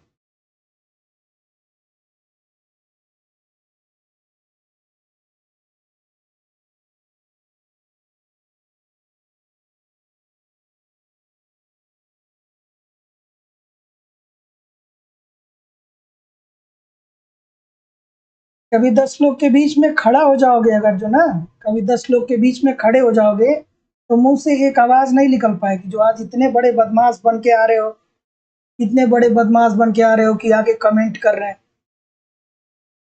हाँ, कभी विश्वविद्यालय के कैंपस में घुस जाइएगा, वहां पे जहाँ 10 बच्चे होंगे ना, 2 लाइन बोल नहीं पाओगे सीधे तरीके से, ना बोल पाओगे ना खड़े रह पाओगे। इतने ही बड़े बदमाश हो आप।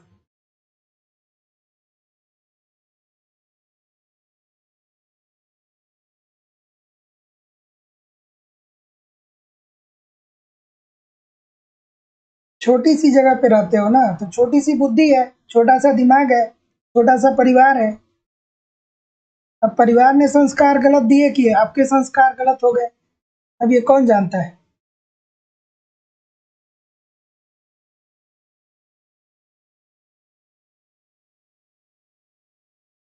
अंतरराष्ट्रीय मुद्रा कोष में मुख्य लक्ष्य क्या होता है? चलिए, ठीक है।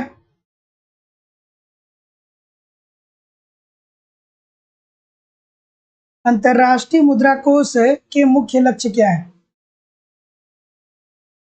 अंतरराष्ट्रीय मुद्रा कोष के मुख्य लक्ष्य क्या है? जब टीचिंग के प्रोफेशन में आप आ जाओगे ना, तब आपको चीजें समझ में आएंगी कि कैसे इंसान अपने आप को कंट्रोल करता है।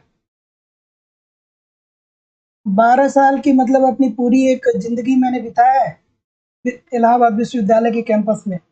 और बहुत सारे लोग यहाँ पे होंगे, जानते होंगे कि आज से 12 साल पहले जो चीजें थी कैसी थी। तो बचपना है, बचपना कम किया करिए, ठीक है। चलिए, नहीं रोज देखता हूँ, एक दिन की बात नहीं, आईडी चेंज करके चले आए। अंतरराष्ट्रीय मुद्रा कोष के मुख्य लक्षण क्या है? तो चलिए देखते हैं, आगे मूव करते हैं।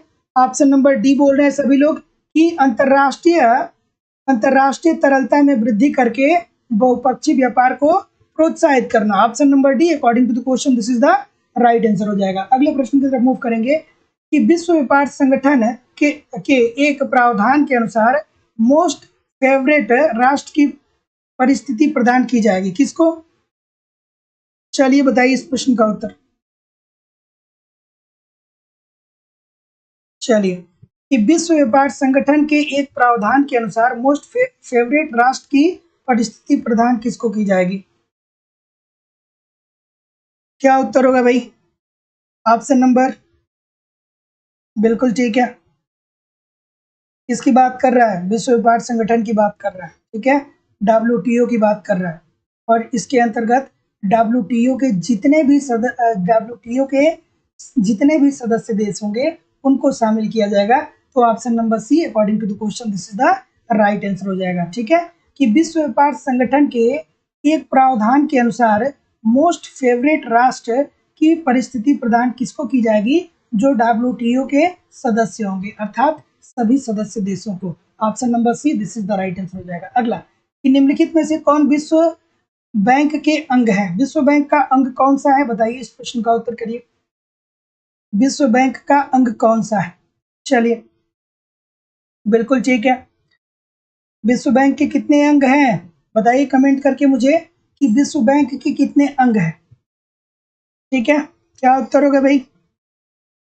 चलिए, ऑप्शन नंबर निम्नलिखित में से कौन विश्व बैंक के अंग हैं? क्या उत्तर होगा भाई? बिल्कुल ठीक है, IBRD आता है ना दोस्तों। IBRD अर्थात अंतर्राष्ट्रीय पुनर्निर्माण एवं विकास बैंक आता है, अंतर्राष्ट्रीय वित्त निगम आता है, अंतर्राष्ट्रीय विकास संघ आता है, साथ ही साथ दोस्तों बहुपक्षीय विनियोग गारंटी प्राधिकरण आता है, और निवेश विवादों को सुलझाने के लिए अंतर्राष्ट्रीय केंद्र आता है। तो इन सभी में से कौन कौन दिया है भैया? अंतर्राष्ट्रीय वित्त निगम मैंने बोला था और अंतर्राष्ट्रीय विकास संगठन बोला था। तो ये ऑप्शन नंबर क्या हो जाएगा? सी हो जाएगा ना, केवल 1 और 3 this is the right answer हो जाएगा। अगला अभिकथन दिया गया है और कारण दिया गया है। अभिकथन में कह रहा है कि विशेष आहरण अधिकार किसी देश के लेखों में IMF में केवल एक किताबी प्रविष्टि है। क्या ये बात सही है?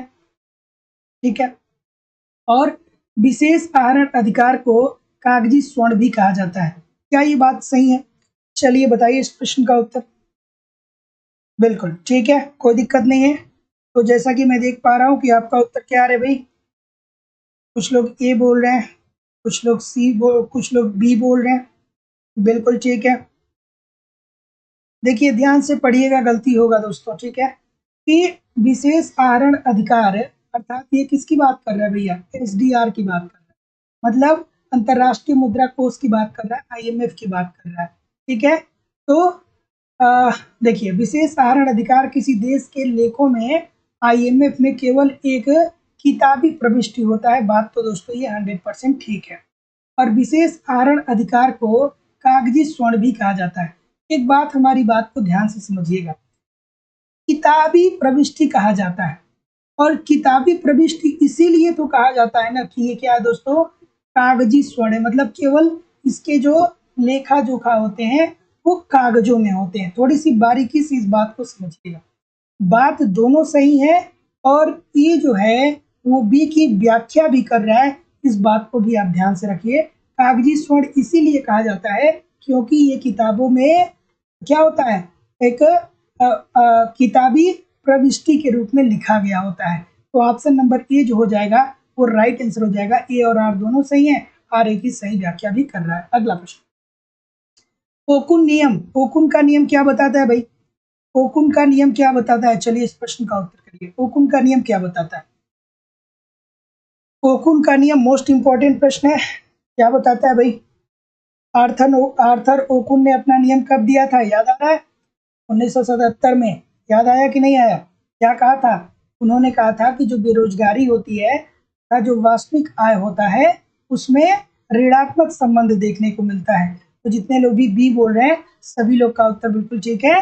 ओकुन का नियम जो है ये बेरोजगारी तथा वास्तविक आय में ऋणात्मक संबंध से संबंधित होता है। Option number B according to the question this is the right answer हो जाएगा। अगला, हरित वाक्स व भूरे वाक्स उपायों का संबंध किससे है? ठीक है, अच्छा सा प्रश्न, इस प्रश्न का उत्तर करिए।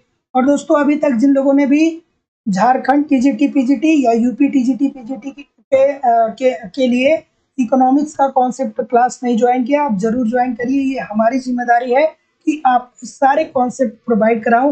वहाँ पे A to Z इकोनॉमिक्स के सारे कॉन्सेप्ट सिंपल सटीक और साधारण भाषा में दिए जा रहे हैं। इसके अतिरिक्त दोस्तों आपको वहाँ पे पूरी इकोनॉमिक्स की नोट्स दी जा रही है। इसके अतिरिक्त आपको वहाँ पे बहुत सारे टेस्ट सीरीज दिए जा रहे हैं, जिससे आप क्या कर सकते हैं कि बार बार टेस्ट देके अपना रिवीजन कर सकते हैं और देख सकते हैं आपकी तैयारी कैसी चल रही है और आपके एग्जाम में किस प्रकार के प्रश्न आते हैं। प्रीवियस ईयर का क्वेश्चन पेपर भी दोस्तों वहाँ पे सब कुछ मैं दे रहा हूँ आपको, साथ ही साथ करंट भी आपका कवर हो जाएगा, झारखंड स्पेशल भी कवर हो जाएगा। सारी चीजें मेरे द्वारा दी जा रही है। बस ईमानदारी से आप 1 घंटे 30 मिनट एप्लीकेशन पे पढ़िए, 1 घंटे 30 मिनट दोस्तों आप एप्लीकेशन पे पढ़िए, सारी चीजें आपकी कवर हो जाएंगी। एग्जाम आते आते एडमिशन ओपन है, एडमिशन की फीस 2000 रुपये है दोस्तों। 2000 रुपये आपको इस नंबर पे पेमेंट करना होगा, गूगल पे, फोन पे या पेटीएम के माध्यम से, और इसका स्क्रीनशॉट आपको इसी व्हाट्सएप नंबर पे सेंड करना होगा। कोई भी इंक्वायरी होगा तो इस नंबर पे कॉल या व्हाट्सएप मैसेज कर सकते हैं। डिस्क्रिप्शन बॉक्स में एप्लीकेशन का लिंक है, एप्लीकेशन डाउनलोड करके डायरेक्ट भी कोर्स को वहां से परचेज कर सकते हैं। तो जैसा कि मैं देख पा रहा हूँ, क्या बोल रहे हैं भैया, सहायिका के प्रभाव से सभी लोगों का उत्तर यहाँ पे बिल्कुल ठीक है। तो हरित बाक्स व भूरे बाक्स उपायों का संबंध जो है दोस्तों, वो क्या है दोस्तों, सहायिका की प्रभावों से होता है। और इसके अंतर्गत दोस्तों वे सब्सिडी आते हैं जिनके व्यापार पर कम प्रतिकूल प्रभाव पड़ता है। तो ऑप्शन नंबर क्या हो जाएगा, B, according to the question this is the right answer यहाँ पे हो जाएगा, है ना। अगला प्रश्न आपके सामने ये रहा, बात समझ में आई कि नहीं आई दोस्तों। जो हरित बाक्स होता है या जो भूरा बाक्स होता है, इसके अंतर्गत आने वाली सब्सिडी जो होती है, उससे व्यापार को क्या होता है दोस्तों, व्यापार को सबसे ये क्या करता है, व्यापार को सबसे प्रतिकूल रूप से प्रभावित करता है। ठीक है, तो जितने लोग भी बी बोल रहे हैं सभी लोग का उत्तर। अगला, एक कंप्यूटर प्रोग्रामर अपने बनाए नए कंप्यूटर प्रोग्राम पर अवैधानिक दुरुपयोग बचाने के लिए संरक्षण प्राप्त करता है। क्या संरक्षण प्राप्त करता है भैया बताइए। थोड़ा सा वीडियो को लाइक और शेयर जरूर कर दिया करिए। ठीक है, निवेदन है सभी लोगों से कि आप सेशन को थोड़ा सा लाइक और शेयर भी जरूर किया करिए। कि एक कंप्यूटर प्रोग्रामर अपने बनाए गए कंप्यूटर कार्यक्रम पर अवैधानिक दुरुपयोग बचने के लिए संरक्षण प्राप्त कर सकता है। ठीक है, क्या उत्तर होगा। ठीक है,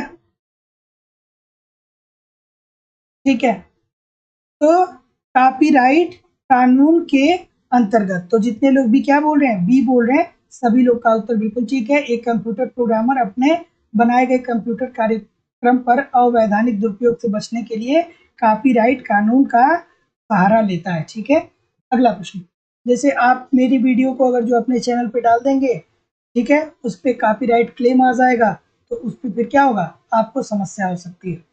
ठीक है, तो यही होता है। अगला प्रश्न, कि संपूर्ण विपणन अधिकार की सुविधा भारत सरकार उन्हीं को प्रदान करती है जो, चलिए इस प्रश्न का उत्तर करिए। बिल्कुल, क्या उत्तर होगा भैया,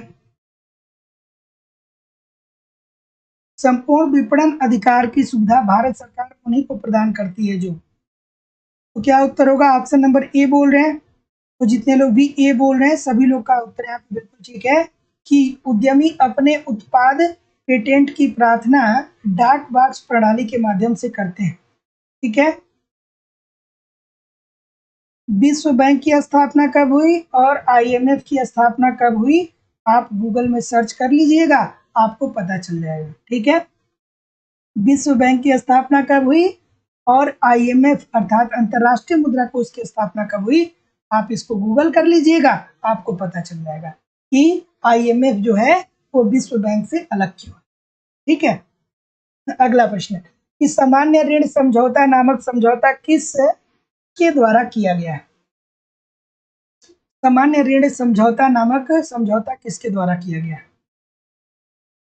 ठीक है, ये सारी चीजें एप्लीकेशन पे पढ़ाई गई हैं, तो जो लोग कॉन्सेप्ट की क्लास ज्वाइन किए हैं वो लोग अगर जो इस प्रकार का प्रश्न पूछे तो अच्छी बात है। ये सारी चीजें एक एक चीजें हमने पढ़ाया है, विश्व बैंक पढ़ाया है, आईएमएफ पढ़ाया है, सब कुछ पढ़ाया है।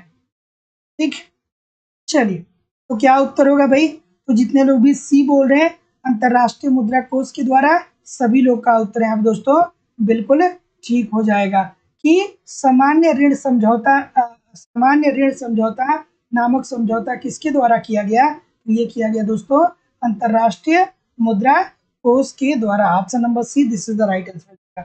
अगला प्रश्न, निम्नलिखित मुद्दों में कौन सा मुद्दा विश्व व्यापार संगठन के कृषि समझौतों का नहीं है।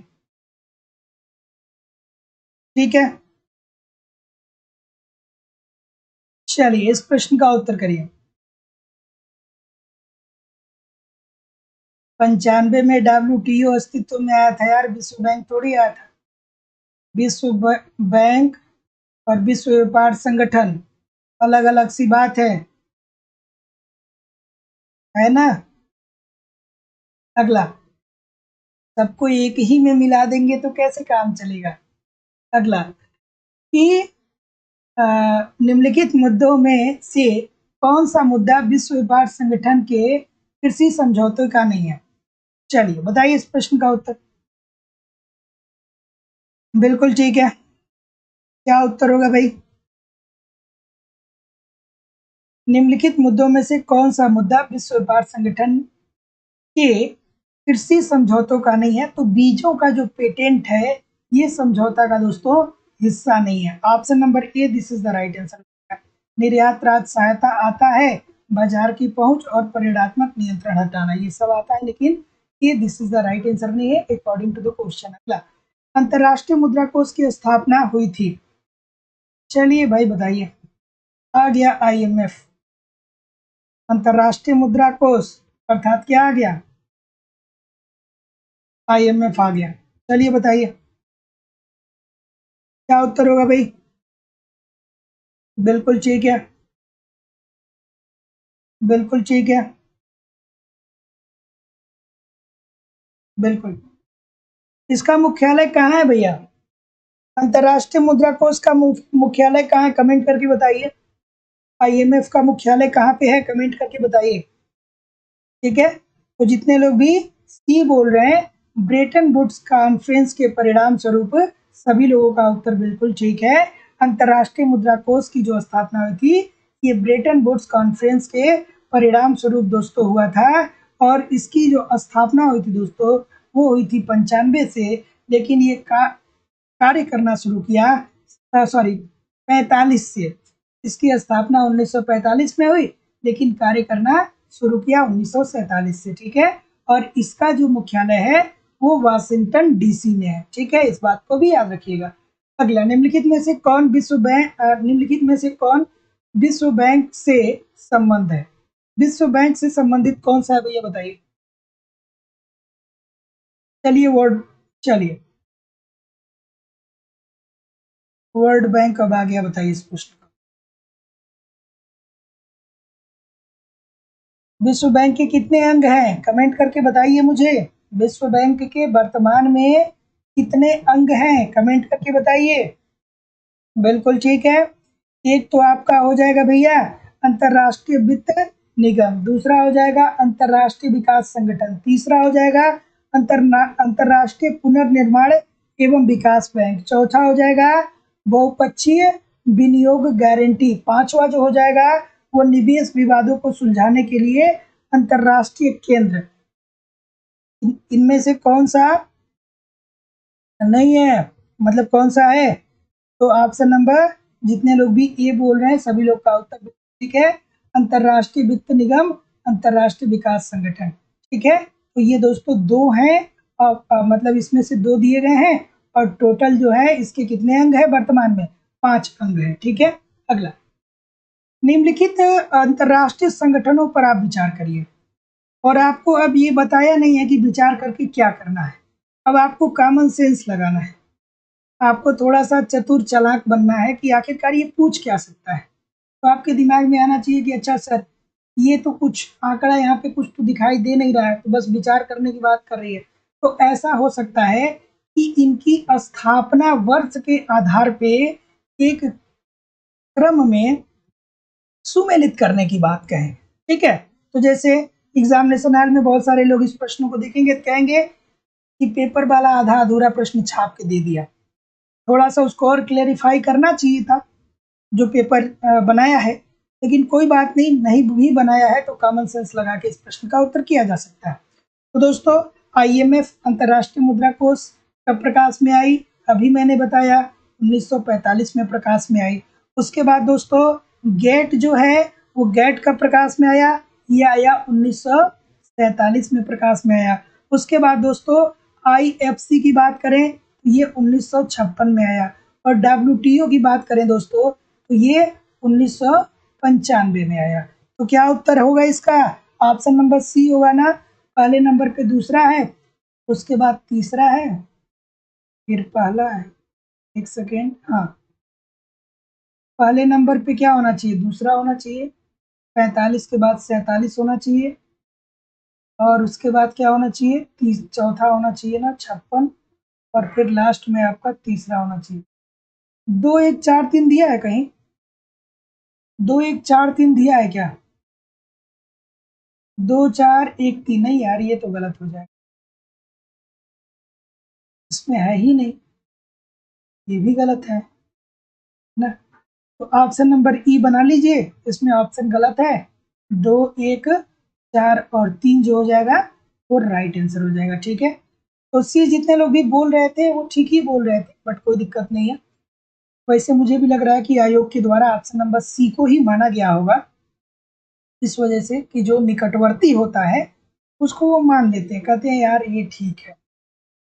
चलिए अगला प्रश्न कि किस अर्थशास्त्री के अनुसार आर्थिक अवस्थापना का तात्पर्य, सॉरी, किसी अर्थशास्त्री के अनुसार आर्थिक अवस्थापना का तात्पर्य निम्नलिखित में से किससे है?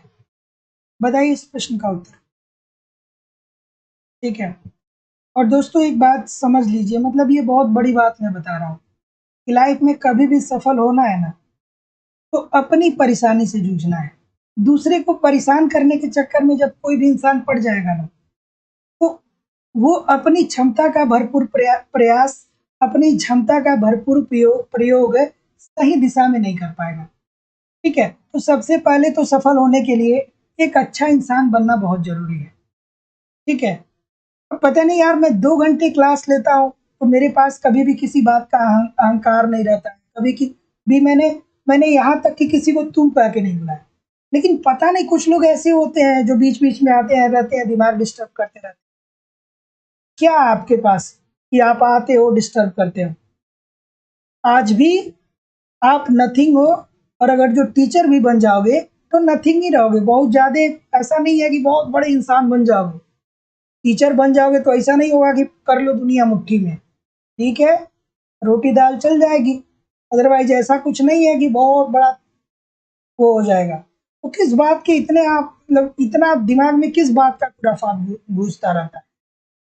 अगला प्रश्न कि किसी अर्थशास्त्री के अनुसार आर्थिक अवस्थापना का तात्पर्य निम्नलिखित में से किससे है? तो जैसा कि मैं देख पा रहा हूँ कि आपका उत्तर क्या आ रहा है भाई, जी आ रहा है ना।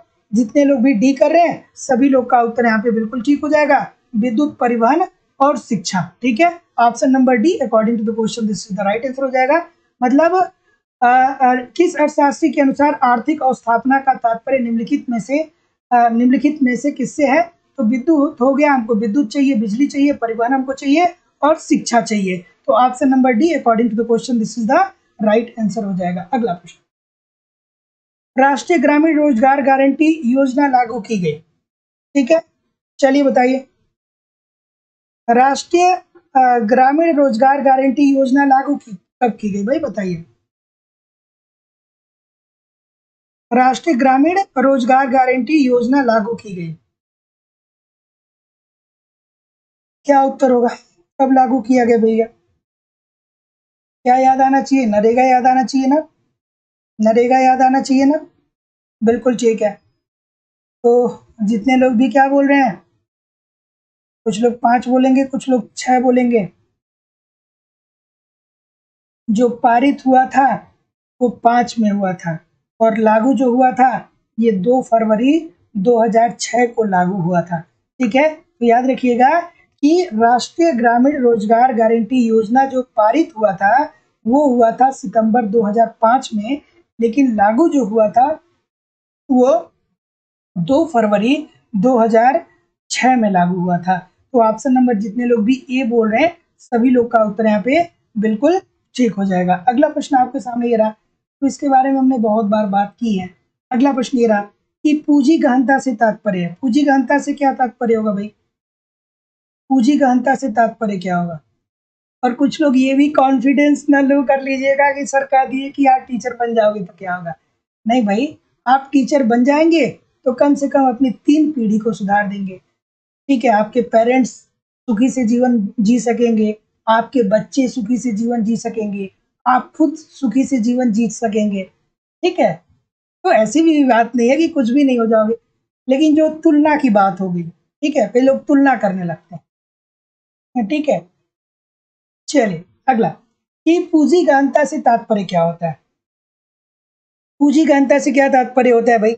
ऑप्शन नंबर, ठीक है, तो जितने लोग भी सी बोल रहे हैं, प्रति श्रमिक पूंजी की मात्रा में वृद्धि सभी लोगों का उत्तर यहाँ पे बिल्कुल ठीक हो जाएगा कि पूंजी गहनता से जो तात्पर्य होता है वो ये होता है कि हम प्रति श्रमिक क्या करें, पूंजी की मात्रा में वृद्धि कर दें। जैसे अच्छी टेक्नोलॉजी लगा दें, अच्छी टेक्नोलॉजी पे कोई एक श्रमिक काम करके बहुत ज्यादा उत्पादन कर रहा है, छोटी सी बात है। अगला प्रश्न आपके सामने ये रहा कि निम्नलिखित में मजदूरी को सिद्धांत के प्रतिपादक कौन है। बहुत सारे लोग गलत करते हैं, गलत ना करिएगा। इसके अंतर्गत क्या कहा गया था कि मजदूरों को देने के लिए एक अलग से कोष बनाइए, ठीक है।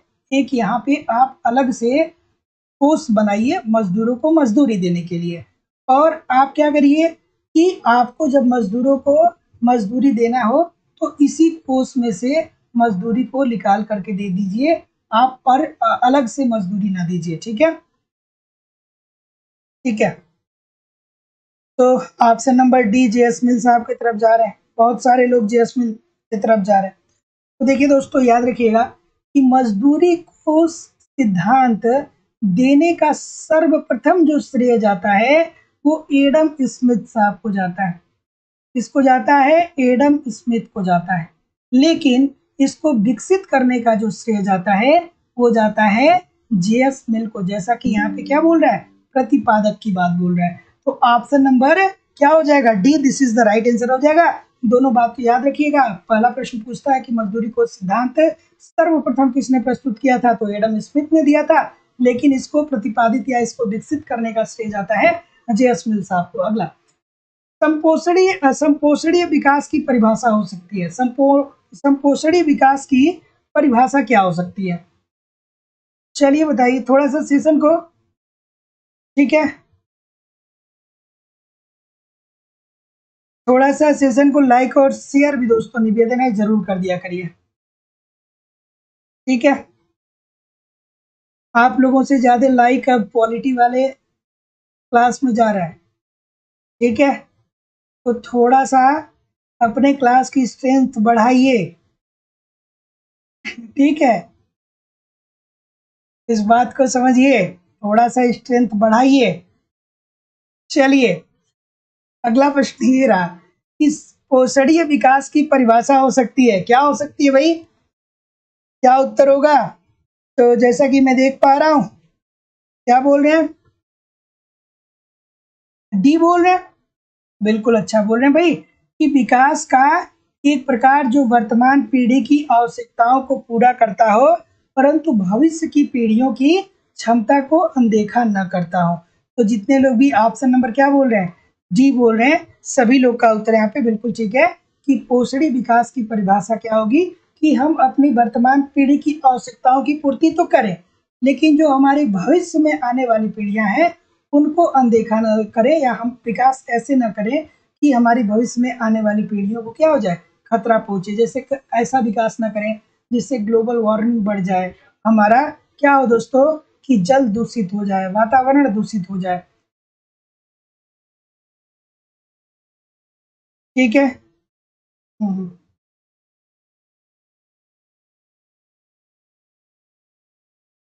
ठीक है। आधुनिक आर्थिक विकास की प्रमुख विशेषता रही है। आधुनिक आर्थिक विकास की प्रमुख विशेषता क्या रही भाई? बताइए इस प्रश्न का उत्तर। क्या उत्तर होगा भाई? ऑप्शन नंबर जैसा कि मैं देख पा रहा हूं, बिल्कुल ठीक है। क्या उत्तर आ रहा है भैया? जी बोल रहे हैं। उपरोक्त सभी लोग का उत्तर बिल्कुल ठीक है कि प्रति व्यक्ति आय में वृद्धि होगी, हो रही है, प्रति श्रमिक श्रम की उत्पादकता बढ़ रही है, और साथ ही साथ आधुनिक प्रौद्योगिकी का बढ़ता प्रयोग हो रहा है, ठीक है। तो जितने लोग भी डी बोल रहे हैं उपरोक्त सभी लोग का उत्तर बिल्कुल ठीक है। अगला प्रश्न आपके सामने कहीं कोई भी नहीं है, बट कहीं भी जाइएगा नहीं दोस्तों, कमेंट करके बताइए कितने प्रतिशत प्रश्न आपके सही हुए। और दोस्तों लाइव स्टडी इलाहाबाद की मोबाइल एप्लीकेशन पे इकोनॉमिक्स के कॉन्सेप्ट की क्लास अर्थात थियरी की क्लास हो रही है। यहाँ पे आपको इकोनॉमिक्स से संबंधित ए टू जेड सभी कॉन्सेप्ट पढ़ाए जा रहे हैं, क्योंकि कॉन्सेप्ट पढ़ना बहुत जरूरी है। अगर जो आपके कॉन्सेप्ट क्लियर नहीं है तो ऐसी स्थिति में ऑब्जेक्टिव क्वेश्चन को सॉल्व करने में बहुत सारी समस्याओं का सामना करना पड़ता है दोस्तों। साथ ही साथ यहाँ पे इकोनॉमिक्स के कंप्लीट नोट्स भी प्रोवाइड किए जा रहे हैं, ताकि आप इकोनॉमिक्स के नोट्स को बार बार पढ़िए उसको देखिए, रिवीजन करिए। उसके अतिरिक्त आपको टेस्ट सीरीज प्रोवाइड कराया जा रहा है, जिसके माध्यम से आप क्वेश्चन को अटेम्प्ट करिए। देखिए आपकी तैयारी कैसी चल रही है, आपके एग्जाम में किस प्रकार के प्रश्न पूछे जाते हैं। इसके अतिरिक्त दोस्तों आपको प्रीवियस ईयर का क्वेश्चन पेपर भी दिया जाएगा, आपका करंट भी कवर करा दिया जाएगा। तो आप अगर जो झारखंड से बिलोंग करते हैं या उत्तर प्रदेश से बिलोंग करते हैं तो एडमिशन ओपन है।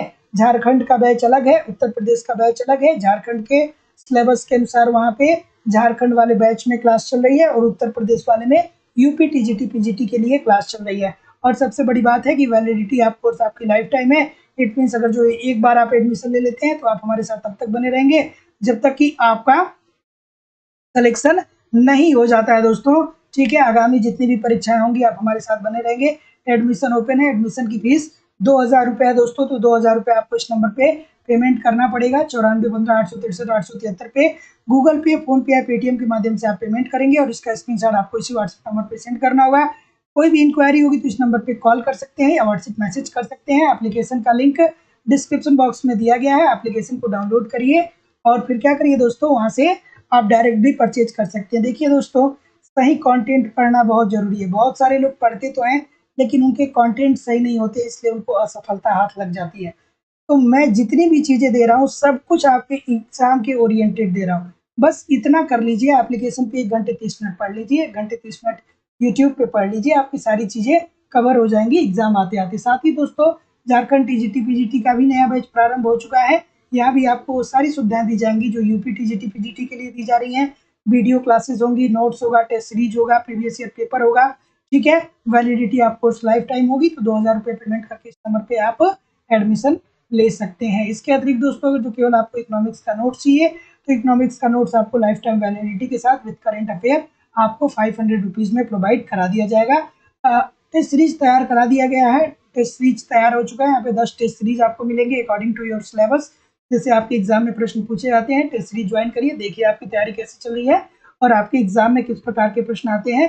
प्रीवियस ईयर का क्वेश्चन पेपर चाहिए तो वो भी उपलब्ध है दोस्तों, वीडियो फॉर्म और ऑडियो फॉर्म, वीडियो फॉर्म और पीडीएफ फॉर्म दोनों में। तो उसको भी आप लोग परचेज कर सकते हैं। लेकिन अगर जो आप कॉन्सेप्ट की क्लास ज्वाइन करते हैं तो कहीं भी इधर उधर से आपको कुछ भी परचेज करने की जरूरत नहीं होगी दोस्तों, सारी चीजें मेरे द्वारा आपको प्रोवाइड कराई जाएंगी। ठीक है, और आप हमारे साथ तब तक बने रहेंगे जब तक कि आपका सिलेक्शन हो नहीं जाता है। चलिए मैं आपके कमेंट को यहाँ पे पढ़ लेता हूँ।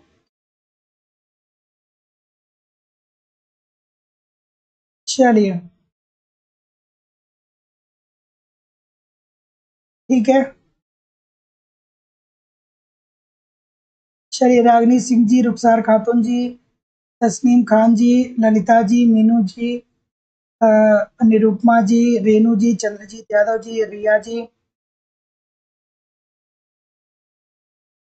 अनिल जी, तस्नीम खान जी, प्रभु कुमार जी, दीक्षा जी, विकास कुमार जी, अफजल हसन जी, अर्चना यादव जी, सोहन खुराना जी, रिया जी, वैभव जी, सीमा माथुर जी, शिवानी श्रीवास्तव जी, बबीता जी, सुमन Suman ji, Amresh Yadav ji, Afsana Siddiqui ji, Priyam Mishra ji, Surendra Singh ji, Rajesh Kumar ji, Simran Tiwari ji, Ratnesh Kumar ji, Chandrajeet ji, Ashutosh ji, Riya ji, Vinod Kumar ji, Kaushal Pratap ji, Renuka Gupta ji, Kriti Jaiswal ji, Anita ji, Devendra. Thank you very much everybody. कल मिलते हैं शाम को 7 बजे एक नए उत्साह नए एनर्जी के साथ। तब तक के लिए आप लोग पढ़ते रहिए, एप्लीकेशन पे क्लास होगी उसको जरूर ज्वाइन करिएगा कल। तब तक पढ़ते रहिए, आगे बढ़ते रहिए। नमस्कार दोस्तों, धन्यवाद।